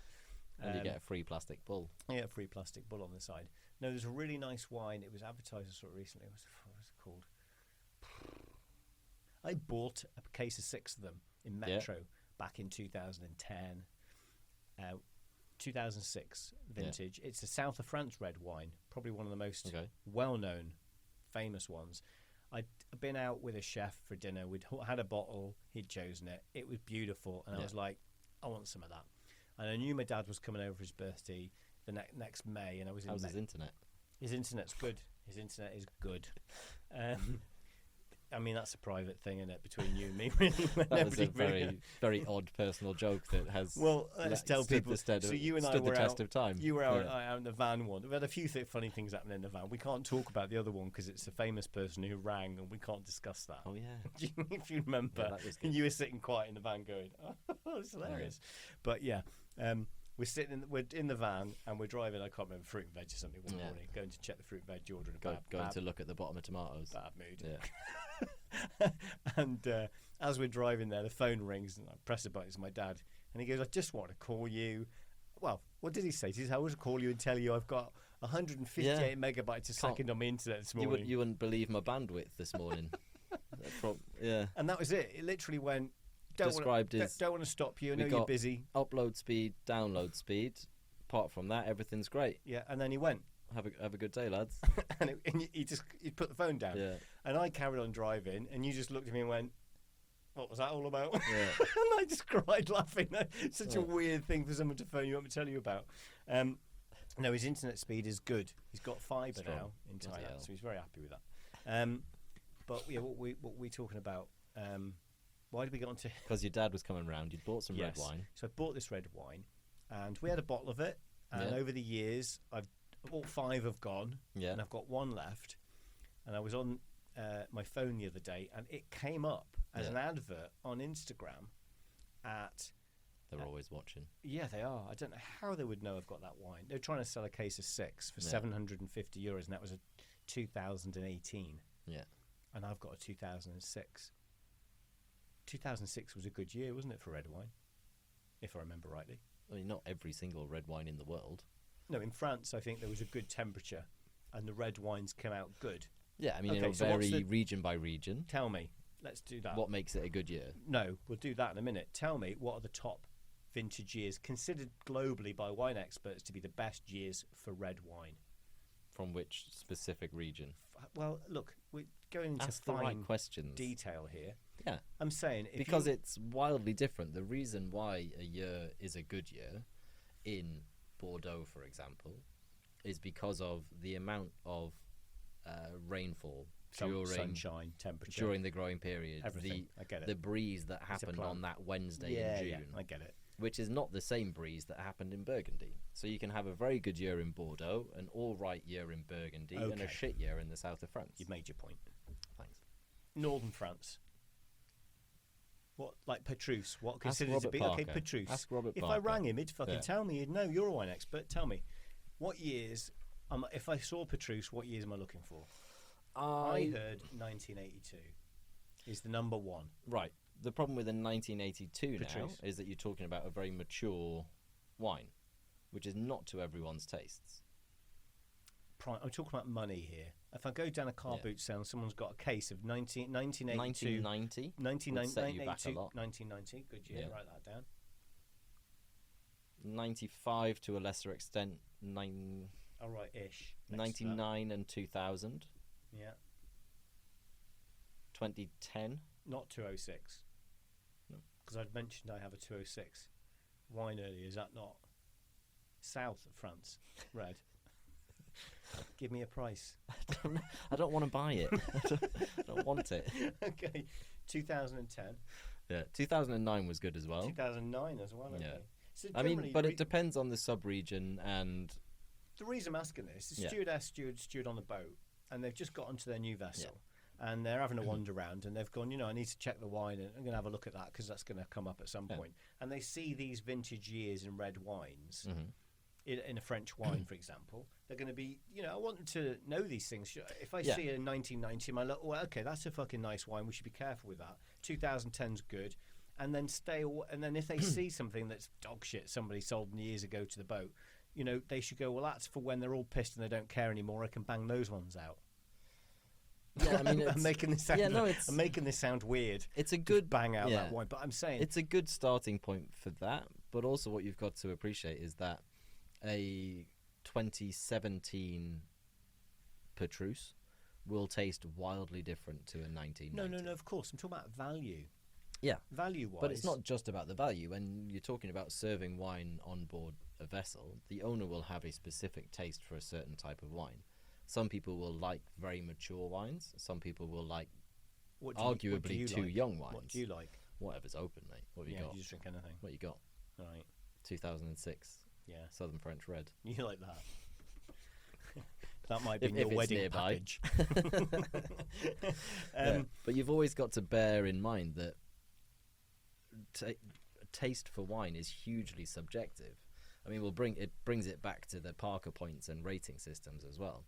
If a certain critic gives a score 100, that's great. He thinks that wine's amazing. Another critic will give it a score of 19 out of 20. Yeah. And actually, what you're much better off doing is for your own tastes, but also for your Parker would say 95 owners and guests' tastes, is if you're really interested in following critic scores, find a critic that has the same palate and the same tastes as you. Right. So if there's a wine you really like, find a critic that rated it highly. find another wine that they've rated highly and try Taste that. it, see if it's any good. If you really like that as well, then you've found someone who has a similar taste preference to you. I'm talking about a stewardess on a boat.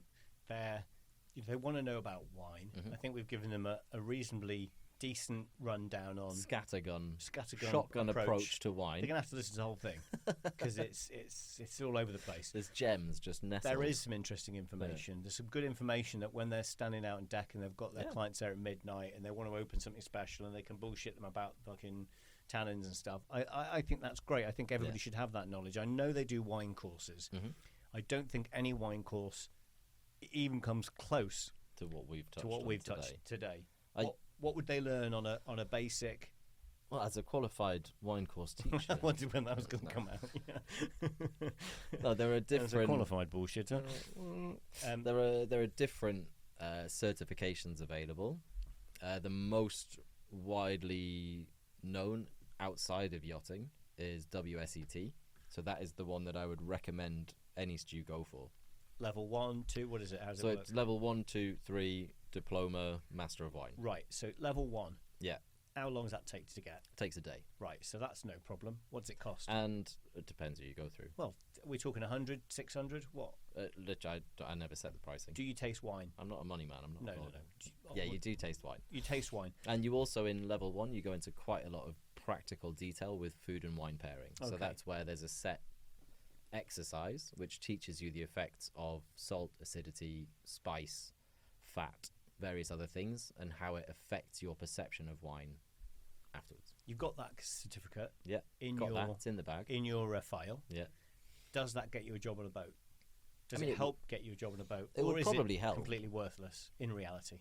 No, it's a good introduction to wine. Right. So I've been in industry for 3-4 years. I've got that. Yeah. I've got that with a couple of other certificates. Yeah. What's next? Level 2. Level 2. How long? It's usually a 3-day course. How much? More in depth in terms of the number of wines that you taste. You're not going to give me prices, are you? I don't know prices for these, Damian. Okay. More expensive by 3. Roughly. Yeah. So on that, they're going to learn what? So that goes into much more detail about specific grape varieties and wine regions. So different grape varieties will naturally give different characteristics to the wine that they make. Same for olives. Same for olives. The difference between regions, why cooler climate wines taste different to hot climate wines. Same for olives. Yeah. The effects of all sorts. But it's much more in depth, and you taste a lot of wine from it. Okay, so got that. That means you're more capable of maybe when asking the clients what kind of wines they like, being able to match something up with their expectations, I would have thought so, dealing with requests via email from the PA, whatever it may be. Yeah. So you would it recommend... gives you more of a broad introduction to the world of wine and introduces you to certain regions and little things like, for example, once you've done the courses, you would know that a red wine from Burgundy is 100% Pinot Noir. Oh, okay. It doesn't say Pinot Noir anywhere on the label because it's a French wine and they don't like to tell you the obvious. So say that again. A what? A red wine from Burgundy is Pinot Noir. It's Pinot Noir. That's good to know. I didn't know that. I didn't. I like a Pinot Noir as well. But I've never gone, must be a Burgundy. Now, is it true that Burgundy wines are generally deeper, more fuller wines? No. With a cheekier bouquet. Shorter nose, but a more complex finish than your average Tunisian. Than your average Madaran. Yeah. Is that all not true? But if I'd have said that and you didn't know much about wine, you'd have gone brilliant. It sounded great. Brilliant. It sounds good. You can talk shit about wine anytime. You just need a couple of wines in you and you can talk about wine. I find drinking wine helps me talk about wine. And I'd recommend it to any crew who've been pulled out on deck to discuss the wine. Have a couple of cheeky wines before you go out, and it'll just roll off your tongue. Okay, there's a few things. There's a couple of stories we're going to talk about very quickly, which a couple of movies which I think people should watch, documentaries, whatever you want to call them. Docudramas. In fact, there's a few we can mention. I mean, A Good Year is quite an interesting movie. I think that's everyone's dream when they work in the wine industry. It's like just praying that there's some uncle that no one's ever told me about that I've forgotten existed who's going to bequeath me a vineyard. With a fucking fantastic wine that no one's ever heard of, but is worth Oh yeah, a fortune. that makes a secret wine. It's basic wine. I mean, and when you get down there, the local beauty fancies you. I mean, you know, obviously. Yeah. I think that film is part of the problem that we have here in the south of France. That's people's perception. Yeah, a lot of expats move down here from any country. I'm not saying Britain, but that's part of the problem. But we have a lot of, you and me, we're the tip of the iceberg. But in reality, a lot of people move to the south of France going, it's going to be amazing. I'm going to be drinking rosé wines on the beach. I'm going to have the life that I've always wanted. Sitting in the village square. Yeah. I'll get my croissant in the morning. Everything will be fantastic. Forgetting the fact they need a 9 to 5 Monday to Friday to be able to live there. And then they get down here, spend 2 years and go, holy fuck, it's expensive, isn't it? And, you know, it's a nightmare. And I think I see that happen a lot.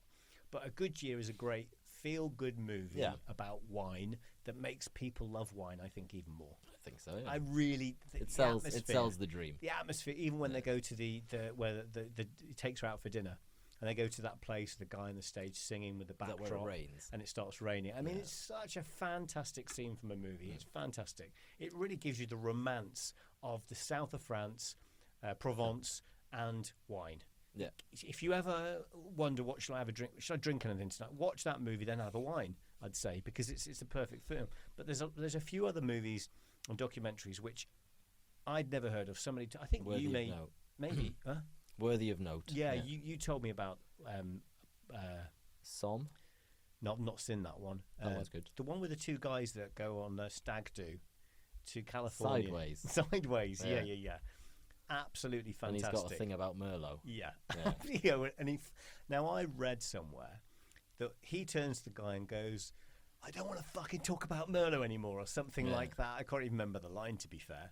In the conjecture we play, we'll play it.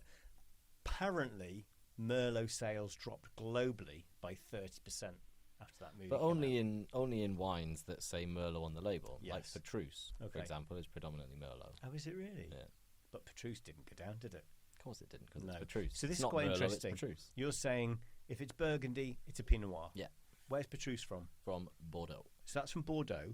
Not all Bordeaux's are Merlot, though. No. Okay. Well, Bordeaux's are typically a blend of many varieties. Oh, is it? The most common amongst the blends would be Cabernet Sauvignon and Merlot. Together? Yeah. That's the grape variety. Yeah. Yeah, that's what I'm saying.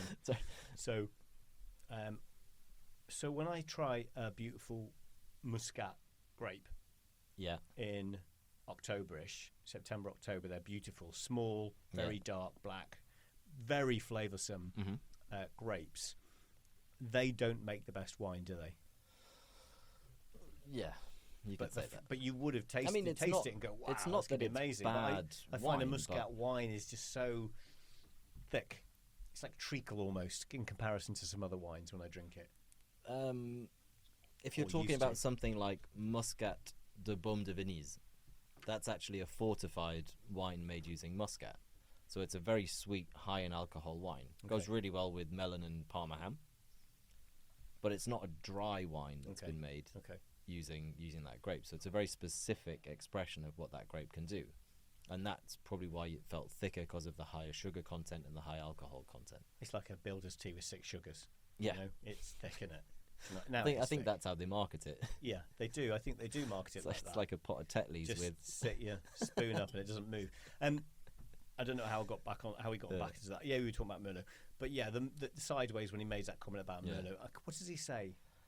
I hate Merlot or anything but Merlot. Because I fucking hate Merlot. Something like that. Very funny. If you haven't seen it, watch it. Yeah. But I think the one you told me about was the Netflix documentary. You told me about one day, you said, watch it, called Sour Grapes. Yeah. That, to me, I'm not massively into wine. Yeah. I am fucking enthralled with like that. a thriller. Yeah. To me, that was one of the best. There's been a few documentaries that I absolutely adore that I've seen. Yeah. That is at the top of the list. I mean, Sour Grapes just is the phenomenal. balls of the guy. Yeah. To do what he did over such a long period of time was outstanding. Unbelievable. I mean, generally, who is this geezer? Rudy Kernuaren. Rolls off the tongue. It does, doesn't it? Basically, a self-styled Asian multimillionaire who worked his way into high-end tasting groups in the United States. So these are groups of people who would band together to buy a Petrus, a Romani Conti, these very expensive wines, split the bill, and then they would have tasting sessions together. So they would drink these wines? Yeah. So they were buying legit wines. At the beginning, he was joining in, doing the tastings, and they were drinking amazing stuff. And then, I don't want to really give away the whole story, but basically one part of it was Rudy taking empty bottles and refilling them with not Petrus, and then selling them to people as Petrus. It's one of those documentaries which I was flabbergasted. What it highlighted to me was how easy it is to bullshit about wine. 100%. And a lot of the time, people are bullshitting about wines they've never tried. And they know nothing about wine. To people who've never tried them either. Yeah. I mean, I have never tried Petrus. Yeah. So you could give me a glass, tell me it's Petrus. And you go, have a bottle, here's Petrus, open it, 1982, celebrate your wedding with you, and pour it, and you go, fucking awful, isn't it? But it could well do. It could be that Toro thing that I like with the plastic bottle. I don't mind that. Sangre it's Toro. fine. Good wine. If you have a glass while you're making bolognese, it's fine. It's nice. It's sweet.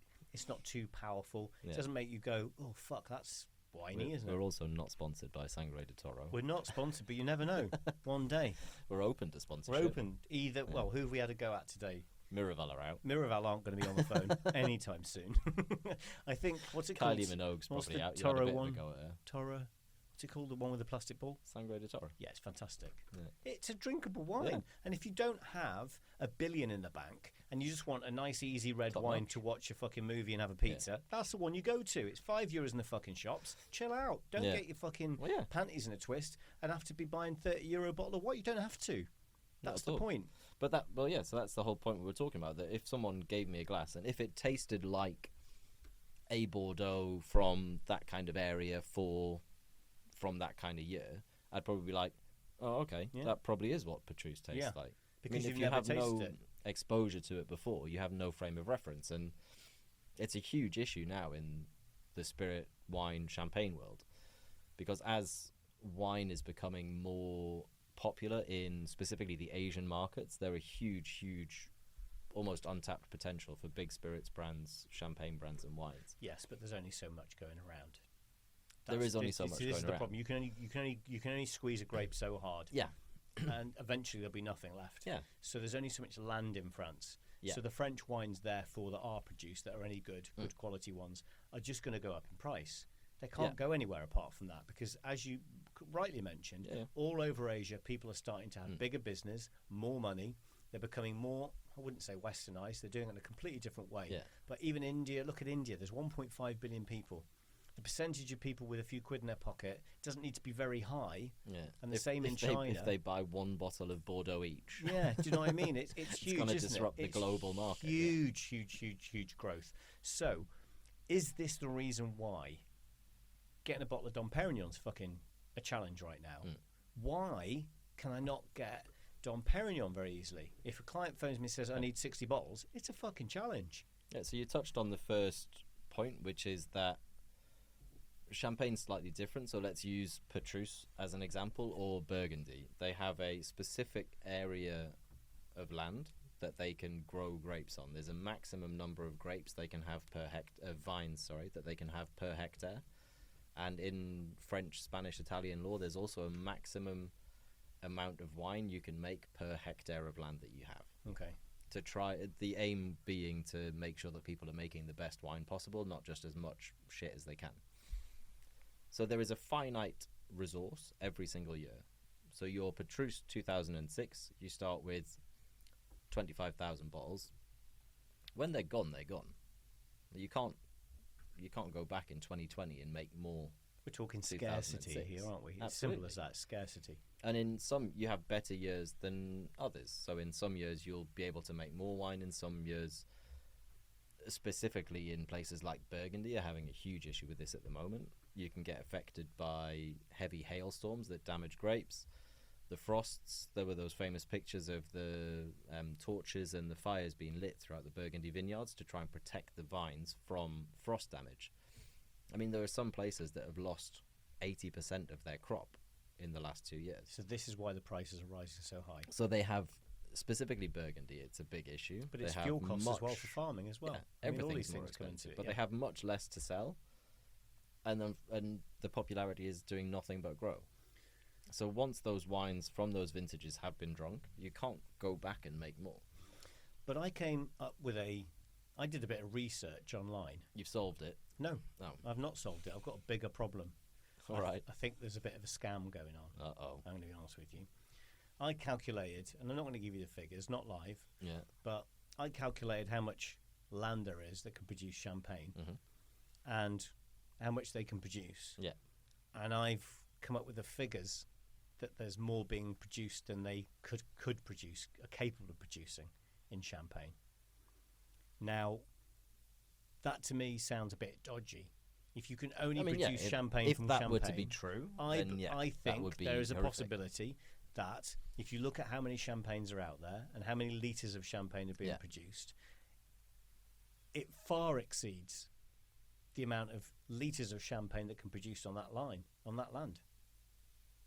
Now, I don't you, know the you don't figures. know. No. Do some research.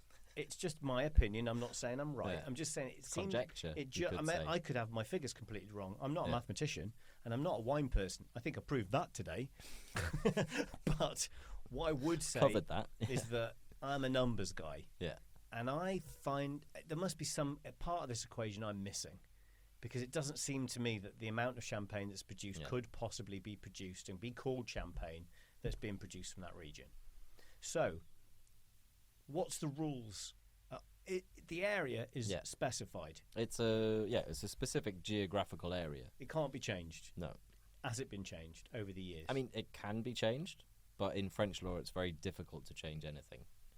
yeah, I'm going to have a Google. You talk about champagne for a second, because I just want to see how much Yeah. land there is. And there are certain areas that typically or historically have produced better quality grapes that will have Premier Cru, or in different parts of France you can have Grand Crus as well, as a designation for the quality level of that vineyard, which basically tells you how good the grapes are that are going to come from that patch of land.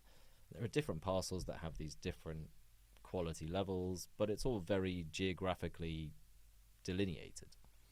300 million bottles of champagne are produced a year. It's quite Yeah, a lot, isn't it? it is a So lot. it's even. This is quite interesting. So champagne produces 300 million bottles of Who's champagne. your each year. source? This is very, very high-end website called Glass of Bubbly. Right? You know yeah, it? Know it You well. know it, right? Okay, Yeah. this is from 2013, Yeah. so it's slightly out of It's date. all right. But it can't change.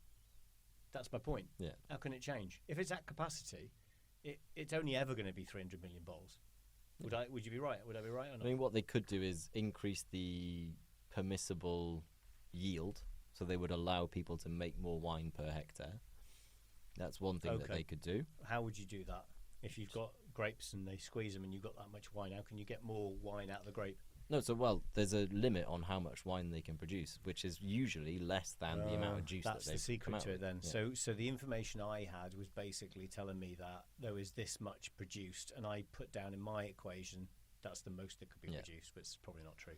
It says yearly sales figures have grown over recent years, though now will remain around the same each year, and is said to be mostly due to competitive competition such as rival sales with Prosecco. Mm.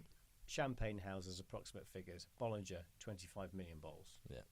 Dom Perignon. James Bond's favourite, Is it? Bolly. Is it nice? Yeah, I like Bollinger. Was it Bollinger Grand Année? Yeah. Quite like that. Mhm. Used to be about 80 Yeah, euros. around that ballpark. Is it still that now? It'll be a bit more now. That if you've got the money, it's worth Lovely going. champagne. It's worth going for the Grand Année because it's a little bit finer bubbles. Yeah, so each house will have their prestige cuvée, is what they call it. So Bollinger has Grand Année and a few other ones. You've got Grand Dame from Veuve Clicquot, Okay. which is lovely as well. Grand Siècle is another one that's very nice. Moet and Chandon is actually the house that produces Dom Perignon. So Dom Perignon is the prestige cuvée of Moet et Chandon. Cristal comes from Krug the is from Roederer. Moet Chandon. No, Dom Perignon is Dom from Moet et Perignon, Chandon. sorry. It's interesting. Dom Perignon is only 5 million bottles a year. That's still a lot, though. Krug is only 500,000 But bottles. that's Dom Perignon is 5 million bottles 5 a year. million, Moet yeah. et Chandon as a total 30 million. is a lot, yeah. 30 Whereas million. Bollinger, their total will include all of their top cuvées as well. Why do they even produce mum champagne? Mum's not bad. It's not good. It's not bad. Do you think so? Yeah. I mean, it's all conjecture. It's all point of view. My Yeah. point of view, I don't like a mum. It's not bad. I think it gets a bad rap now because it's available in supermarkets. It's available in supermarkets, exactly. It's lost its prestige. I think, do you know, I think... I think... Have we gone over? No, not at all. You just have to press a button and put it back on. The big problem with that was in Meet the Fockers. Oh, yeah? Yeah. Was it in that? Yeah, Mum was in it because he goes to the local supermarket with the geezer, with his soon-to-be father-in-law. Yeah. And he decides to buy some champagne. He says to the guy, "Have you got any nice champagne?" He goes, "Yeah, we've got some, Mum." He goes, "No, I want something nice." But Mum would have probably paid to have the champagne. Of course they there, did. getting Yeah, he taken went, the mick out I of. need a better champagne than that. He went and give you a bunch of Mums, so we bought 2 bottles of Mum. Yeah. But it wasn't a good advert for Mum champagne. Yeah. And I think ever since I saw that gave me a bad impression of Mum champagne. Like you said, it's every supermarket you walk in, the local Vivalli end of my road, Mum champagne. It's like, it can't be that good. But I know it isn't because they produce 75 million bottles. A lot. Yeah. That's a lot. That's the most, I think, out of all of these vineyards. There's one here, Tallant, How are you spelling that? Tarlant, Yeah. produces 100,000 bottles. I'd go probably good champagne. Or just a very small scale producer. But that's usually where it's a bit more, you know. It's not necessarily I mean, they might only be small because they're terrible. So But you then, like know, Mum champagne? It's all, I mean, I wouldn't be upset if someone bought me a bottle of Mum. Would you not? No. When's the wedding? Hang on, I've got my own a 2006 Southern French Red. Have you really? I've been trying to get rid of that for years. So, I don't know what I'm doing here. Anyway, it's quite interesting. Yeah. I mean, But for everything a I'm small- saying is just yeah, bullshit. for a it's small just area of conjecture. I'm land, just having a laugh. I they- don't know anything about these things. I'm just saying that Yeah. it seems to me the prices are rising exponentially, Yeah. higher than people can afford. Yeah. Dom Perignon is, as you said, in yachting, one of the most requested champagnes. Yeah, Probably and the most requested. I've been working with find yachts it. for, 9 years, and the prices now from when I first started are Huge. enormous, yeah. What shocks me about it is, you know, you always get those orders, 60 bottles of Dom Perignon, they're having a Yeah. party or something. I phone up supplies at 3. Yeah. You go online. Especially They're when we get 1. towards the end of the summer season. If you're asking for big quantities in July, August, September, it becomes very tricky. But that's part of Okay, my so job. if you're a stewardess on a boat, Yeah. it's April. Yeah. You know you've got a busy season. The captain said to you, "Look, we've got like 9 charters. The boss is going to be on for 3 weeks. It's a busy fucking summer." Yeah. You know there's going to be Dom Perignon wanted. Yeah. Do you not think they should be ordering that now rather than waiting till I their mean- September charter? There's no reason why they couldn't. It doesn't go off, does it, in a year? No, the problem with charters is obviously they want to pay for the wines that they're going to be using per charter from the specific APAs. Because what I've always thought would be a good idea would be for boats to pre-buy 48, 60 Dom Perignon, 12 Cristal, and then we can deliver it As they need it. as and when they need it. The problem is that money's got to come from somewhere. Yeah, you'd need prepayment, Yeah, so it's reserved. absolutely. Yeah. Because otherwise we're turning down sales for those wines. And in if they theory. don't end up buying it, I mean, you've someone got will it buy it sitting, eventually. you've got but it sitting yeah. in your stock. So But that would be one solution to pre-buy certain wines. But then there's such a variety in charter orders. I mean, there are so many different champagnes available. There's no guarantee that you've got the right number. You might have too few, too many. It's a bit of a risk for the boat to take, and it's a very hard industry to pre-manage things like that for. There's a different champagne that's the favourite every year. but For example, Veuve Clicquot, out of nowhere, was super popular last year. was it? Yeah. It's always been vaguely popular. You know, people ask for it. It's very recognisable. Last year, selling it all over the place. Really? Yeah. And did you say Kylie's got a champagne? Kylie's going to launch a Prosecco, I think, Is she? or has launched And a Prosecco. who's actually depending on doing when it? this goes Who's live. actually doing it? Someone in Prosecco in Italy. Yeah, they've just given a shout and gone, "Do you want to have Kylie?" Yeah. I mean, I saw the Lady Gaga bottle last year. Oh, or the year Dom before, Perignon one. But yeah. I'm not sure I want to drink a Lenny champagne. Kravitz does one. Yeah, He's I mean the got a Dom Dom Perignon Perignon. label. I mean, when somebody was asking, somebody asked me in like October for I don't know 120 bottles of Dom Perignon. Yeah. And I went back to him and went, if you want this Dom Perignon, it's gonna be hard. Yeah. If you want me to declassify it as quality and bang Lady Gaga on the side of it, I can get it quite easily. But And that's just a fancy label. it's just the the label. Yeah. This is the thing, and they went back to the client. And she said, over his dead body. Yeah. That's a reply by text. Was not a fucking chance in a million years. He this is doesn't what want happens. Lady Gaga pink bottles on his Yeah. boat. And it's for the a same while, champagne. especially during the quarantine years, as we shall refer to them, for a while you could get big quantities of Dom Perignon Luminous, which is What's the Luminous? glow-in-the-dark bottle for nightclubs. Oh, I've got one of those at home, and you've got a little button underneath. Yeah, you so press. some of them actually light up, not all of them I've got do. one that Some of lights them up. just have like a fluorescent. Yeah, luminescent I've got ones sticker. that you press a button underneath Yeah, and it yeah. lights up. Have I still got it, or is it thrown away? Are they worth anything? Empty or full? Empty. No. Oh. Well, I mean, it's worth as much as anyone's willing to pay Might for an make empty a candle bottle. into it. It's a cool bottle. Yeah. Somebody gave it to me for Christmas a few years ago. It's Yeah. absolutely fantastic. They came round, we drank it, we all Yeah. got excited because it glowed in the dark. But and then because the we nightclubs were all Generally shut for such a long time, they couldn't get rid of them. the main distribution companies were willing to. Normally, it's only available to nightclubs and bars and hotels, I think, and they were willing to open that up to pretty much anyone. So we had an extra store, an extra cache of Dom Perignon that was available. Can you get them now? If you're a nightclub, yeah. Oh, okay. If you know where to look. They were cool. Yeah, you'd need to know. Who does your luminous? What's the actual original phrase? Who does your tampons? Does your tampons? Yeah, Mr. Brent. So then the last movie. Oh yeah, that was just Bottle Shock. Sour Grapes took us Sour there. Grapes. Yeah. Which we recommend to everybody. Very good. Yeah. Anybody who's ever drunk a glass of wine should watch that. Yeah. Because it's fantastic. And it shows the importance of good sourcing. It does, as and well. it says everybody can be conned. I mean, at the end of the movie, there's one guy. He's sitting in his wine cellar. He's got millions of euros worth of wine. He went, "I still think it's real." Because I just don't believe a fucking word of it. I think it's all real, and yet it's been proven that it's not. Yeah. So interesting. The other one that I really enjoyed it, and I don't actually think it's a well-made movie. Not like some of the others, like Sideways and A Good Year, of course. But Bottle Shock, I think it's called as well. Yeah. Absolutely fantastic, because I never knew.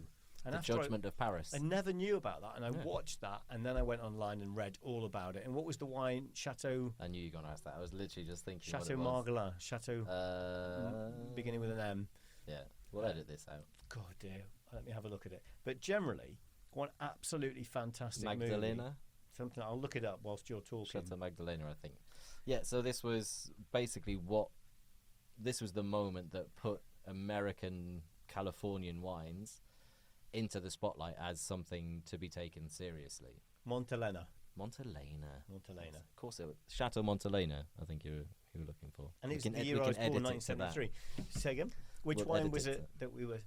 Chateau Magdalena? Oh, yes, of the Californian. Yeah. Yes. So tell us a little bit about that Yeah, story. I mean, so- look, if people haven't seen it, bad luck. We're going to spoil it. It's a spoiler alert. So a traditional wine snob owns a wine shop and In Paris. is a critic, runs wine courses, but as was the case back then, solely focused on traditional wine producing countries and areas. So very heavy focus on Burgundy, Bordeaux, Italy, and that was pretty much it, to be fair. And was very dismissive of this new wave of wine production that was coming from the Americas, that was coming from New Zealand, Australia, what we now refer to as the New World. And I can't remember exactly how he was put in touch, or he had an idea to go across to California and taste the great wines of America. And while he was there, set up a blind tasting competition where he was going to test the best of the Yanks against the best of the established order, the old world, so the Bordeaux and Burgundies. And there's some little interesting subplots of storyline, and it's a good, another feel good movie, I think. Yeah. And in the end, they host this blind tasting, which is based on fact, the Judgment of Paris. And they did this in Paris, didn't they? Yeah. He brought back red wines. Yeah. Is it red wines? And white No, wines. And he pitted them against the top, most famous vineyards and he did a blind taste test with some really esteemed critics, the top critics in Paris at the time, and he really wanted to see what would happen. He And, didn't well, know, did he? He assumed that You'd get the French and Italian wines would wipe the floor with the Californians. And I think pretty much everyone in attendance there did, apart from any of the Americans who sat there probably waving a flag. probably telling you how many litres of wine that they've made that's more than anyone else. Yeah, I remember going to Cape Canaveral on the bus, and I wanted to know about space and all that stuff. I thought it's all going to be about that, but no, he was telling me how many litres of paint they'd used to paint the largest American flag on the side of the wall. I was like, it's good info. What are you talking about? What are you going on about? And I knew very quickly on that little tour on the bus over to the main thing that it was all bollocks, because as we were driving along, 50 people on the bus, somebody shouted out, "There's an alligator in the river," and the whole bus nearly went over as everybody went to have a look at this alligator. The guy's going, "This is the biggest flag in the world. Nobody's ever painted a flag." I found a bit about that Donald Trump, really. No one had ever made a flag Best this flag big. painting. This has got the most paint ever used. No one's ever used. No star has ever been drawn that big. I mean, he went on and on. Like, the fucking flag painting on the wall. What are you talking about? There's an alligator. Everybody's over like that. It was really funny, and it sort of summed up how animal theme parks have grown over the years, because that's so much more interesting than a big flag. But anyway, Americans, we were not going to put them down now, because we want to get on the Joe Rogan show one day. We don't want to be, So the general gist is that everyone was expecting the French wines to dominate, and in actual fact, in blind tastings conducted where no one saw which was from where, some American wines beat some European wines, and it was a genuine shock, and it completely changed the wine landscape, and it opened up California, it opened up these new countries as serious wine producing nations, and it also gave a bit of a kick up the arse to the French and Italian producers, because some areas could have been possibly accused of being a bit lazy and complacent. Châteauneuf-du-Pape for me is one of those regions that a lot of people buy because they've heard the name Châteauneuf-du-Pape. Absolutely. I bought it because I heard that name. A lot of the time, I'm very disappointed by Châteauneuf-du-Pape. What about Saint-Emilion? Saint-Emilion's in Bordeaux, lovely. But it's a region. It's very not a specific wine. Known region for wine. And absolutely. If I see Saint-Emilion on a bottle, that's probably really nice, but it doesn't mean it is. No. Same as the Châteauneuf-du-Pape. That was huge in the 80s. Yeah. I mean, in the 80s, if you had a Châteauneuf-du-Pape on your table, people go, someone's spending a few quid tonight. But you're probably paying 10 quid for the fact that it says Châteauneuf before you pay for the wine. Yeah. So you've always got to bear that in mind. Isn't that the same now for all sorts of stuff? I mean, Petrucci, you're really paying for the wine, you're paying for the name, you're paying for the fame, you're paying for the notoriety, for the fact that everyone's heard of it, the fact that anybody near you goes, hold on, 10 grand a bottle of wine, he's a nutter. That's all part of it. You're paying for the scarcity. You're paying to be one of the few people in the world that will get to try that wine from that vintage. So if we're talking about scarcity of wine, would you say that people who invest in wine like things that are scarce? Not necessarily. Wine's just a very sensible investment at the moment. I think over the last 10 years, it's outperformed gold as an asset. Yeah. But you have to know what you're investing in. So not every single wine is a good investment. No, of course not. Like, if you buy Miraval, you're a mug. Obviously, we've covered that. We've covered that. Brad, we'll speak soon. But if you buy Miraval, that it's not a wine that's designed for storage and aging. So if you try and resell that it's in made for 20 drinking on years, Pamplona Beach. You will have lost money on your investment. Yeah, so 100%. You need to know 100%. which kind of wines to invest in, which vintages, when to sell them. And it's a risk like everything. But without spending a lot of time reading about this on the internet and doing a lot of research, if a boat is trying to find out what wines it should have as a good seller, and they come to your company and say, hey, we've just on a new build. Yeah. This is a big thing, a new build, private vessel. We've done a few to of those, have a really nice selection of quality wines. Are you not finding it harder and harder and harder to find the wines? No, because there's always something else you can offer in place. Right. And, a lot of it will come into the budgets. I think super Tuscan wines are a good example for this. So this is a subset of wines from the Tuscan region that decided, vineyard owners, producers, that have decided to not plant typical Tuscan grape varieties. So there's specific grapes that you can plant to make typical Tuscan wines. They went down Cabernet Sauvignon, Merlot, more international routes, and made wines that are incredible. But they're not conforming to the Tuscan rules, so they can't be classified under traditional Italian labeling terms. So they basically became Italian table wines. So this is your Tignanello, Sassicaia, Ornellaia. Have you tried all of those? Nope. Which have you tried? I've tried Sassicaia. Is that it? Yeah. But as a wine person, and this is something you really love, I find a lot of wine, people spend a lot of money on wine, right? Absolutely. Now, you love wine, and you also work for companies where you can probably buy it at a reasonable price compared to Not the man on the that street. reasonable, though. No, none like, of it's reasonable, is We're it? still talking hundreds. Yeah. But you never, like, once every 2 months go, I'm going to buy a beautiful bottle of wine for me and my lady. We're gonna sit and have a nice meal. We're going to enjoy that because I want to taste it and I've never tasted it. Do you never do that? Not to that extent. We do buy nicer wines, but our budget would never... I would find it hard to justify, even in my job, spending over €100 on a bottle of wine. What I'd find would you that really hard. spend? Your lady phones you and says, "Oh, bring a nice bottle of wine home tonight." What would you generally go for yourself? If it's just because we've had a bad day and we need wine in the house, I'd say up to 10, €12. Okay. If it's for an occasion or if we're going round to someone's house that we like, I'd go as far as maybe 20, 25 would probably be my ceiling. And what did you spend on the night that you got engaged? I took a lovely rosé champagne, actually. Oh, did you really? Did. I'm going to pop the question. Nice. And how did that go? We finished it. We haven't really talked about. Went really well. that. She said yes. She said, "Well, obviously, she said yes. Otherwise, yeah, I wouldn't have mentioned it otherwise. I don't know how you'd have gone. Well, not interested in that." Yeah. The champagne was lovely, though. And when are you getting married? August. End of August. August, I know. cunningly in the middle of the I summer. know. And honeymoon in the summer? No. You're not allowed that. Well, no. No, no, that was pushing it. Yeah. So, will you get any days off before? Yeah, I've got very kindly been allowed a couple of days before and after just Celebrate. to get there and back as well. Wow. And where are you getting married? Portugal. Oh, really? Yeah. Cool. Nice. And so, Drink lots of Mateus. what will you put on the table? We're actually getting married in a vineyard in Portugal. Wow. So you'll we've put theirs on signed a there. deal with theirs, and all we can That's drink. a fantastic idea. Yeah. That's really cool. So they do red and white, I presume.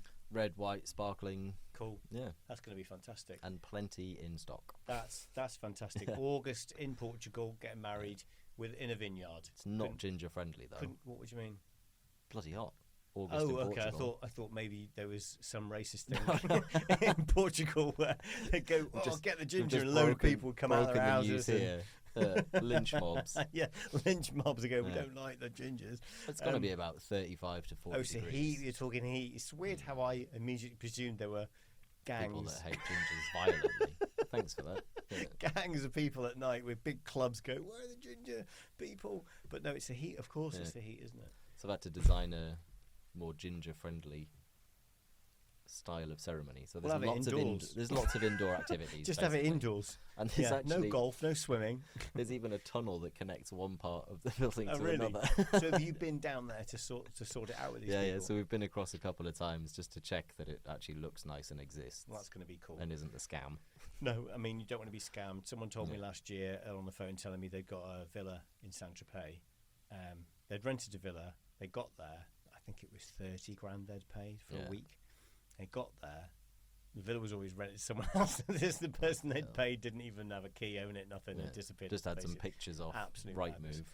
Right, so before we finish, I just wanted you to give us any tips that you would, over your years provisioning, looking after yachts, in the wine industry, wine specific, if the stewardesses, stewards out there, butlers, interior managers, and they're on their yacht this season, this is an opportunity for you to give any tips that makes the life easier in regards to dealing with wine and providers. What would you say would be really good advice for those people? We'll put you on the spot with this one. I'd say try not to overthink it. Keep it simple. There's a huge amount of flowery language written about wine. There's a lot of very strong opinions we touched on, so for service and storage and things like that. ignore most of the noise. The most important thing is to serve the wine that your guests want, how they want it. I mean, we've had guests that drink heavy red wines, in my opinion, way too young, and they'll drink them from the fridge. I mean, that's not how I want it served, but I'm not the one buying it and paying the bill and their salary. Yeah. So keep it simple, keep your guests happy, because that's literally your job. Like, that's what you're there to do, and that's what the wine is there to do as well. If you want more information, don't be afraid to ask people. You know, sometimes I get WhatsApps from clients saying, just a picture of the wine, saying, can you tell me something interesting about this? I've got to serve it later this evening, and they always ask me a question about it. I just Medium finish. I just want a fun fact. Has it got a short nose? Yeah. Is it cheeky? Yeah. And don't be afraid to ask those kind of questions, because sometimes, depending on the wine, I might have a funny story about the vineyard or something interesting about the owner, so not even necessarily the wine itself. Yeah. But something around it that helps you flesh out the story and build the narrative about the wine. And I think that's probably the key thing. Don't be afraid to ask for help, and make sure that you're really focusing on what your guests want and how they want to have it. Yeah. Yeah, don't get your own prejudice. Let your own prejudice get in the way of what the client wants. It's like chefs, for example. Yeah, I've always found this with chefs. If your guest wants a well-done super steak, well-done steak, fucking cook it. Cook it well done. Don't give a shit. And that doesn't mean dry it out. It just means cook it well. I completely agree. I had that conversation with one of the guys the other day. It's so true. I remember, I think, I won't mention his name, but a particular French chef you were working with me when you were here. And he phoned me up and said, what was that beef that you sold the yacht? Because they came to the villa and the madame was like, I really want a steak like they had from the boat. Yeah. And he said, I need to find it. So I phoned the chef about, said, what was the meat? Because you gave to the boss's wife, And he said, he goes, to be honest with you, Damian, I just cooked it the way she wanted it. I said to him, what do you mean? He went, I'll be honest completely. It was a Dutch fillet. Yeah. Nothing special. He goes, but she likes it well done. He goes, and I know how to cook a well-done steak and have it juicy. Because the problem he has is he refuses to cook a well-done steak. He believes it should be senior, rare. He goes, and he thinks anything more than that is a fucking crime. Yeah. And I think this is something in yachting which I've noticed over the years is take that hat off. Yeah. You're not there to cook for you. No. Like I said the other day to somebody, you're a DJ in a nightclub. You play if the dance floor's empty, you're not going to have a job anymore. No. So why the fuck would you play the music that suits you? If someone employs you to play house music or play trance music or party music, and that's what keeps them on the dance floor, play that music. And if you're a chef, especially, that's my area of expertise. But if you're a stewardess or a steward, that is what you need to do. Yeah. Same thing with wine. Find out what they like, how they like it, and order that.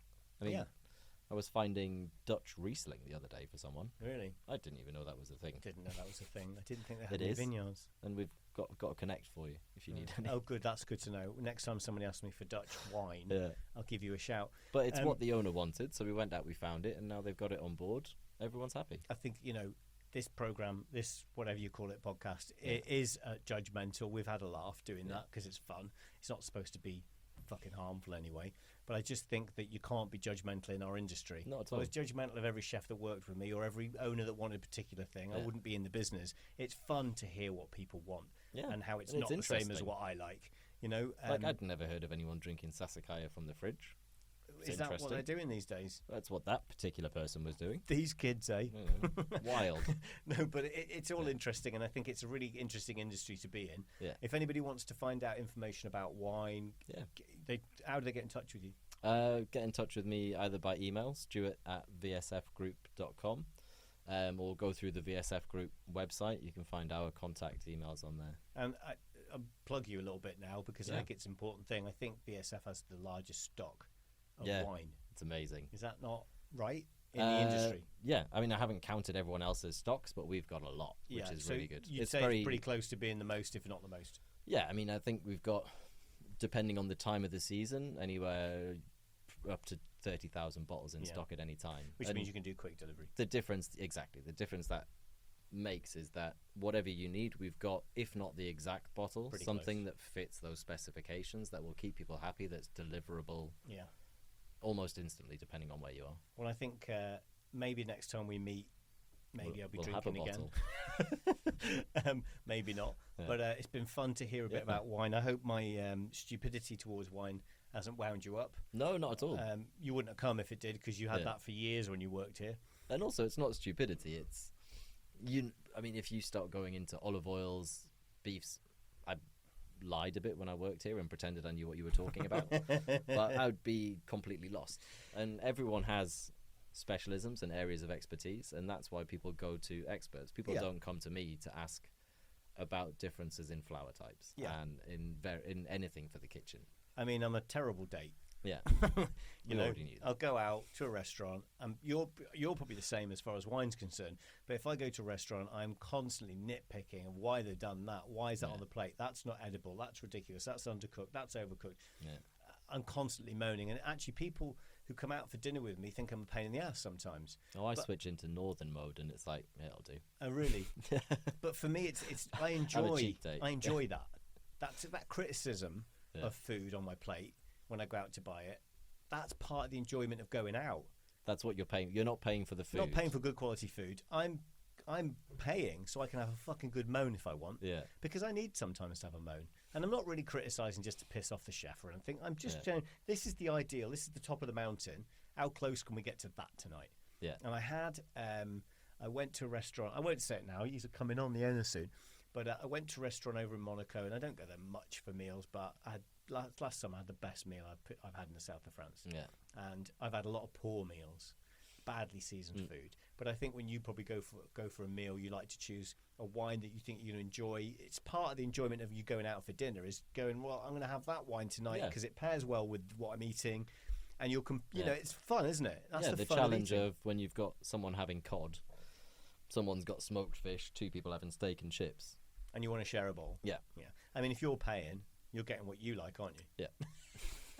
but it's been fun having you in, and it's been great. I think what we should do is, as we get to the end of the season, when we're really fucked off, that's another good time to have a chat. The real side of provisioning. Because I've already forgotten about all the shit that happened last summer. Yeah. It's gone.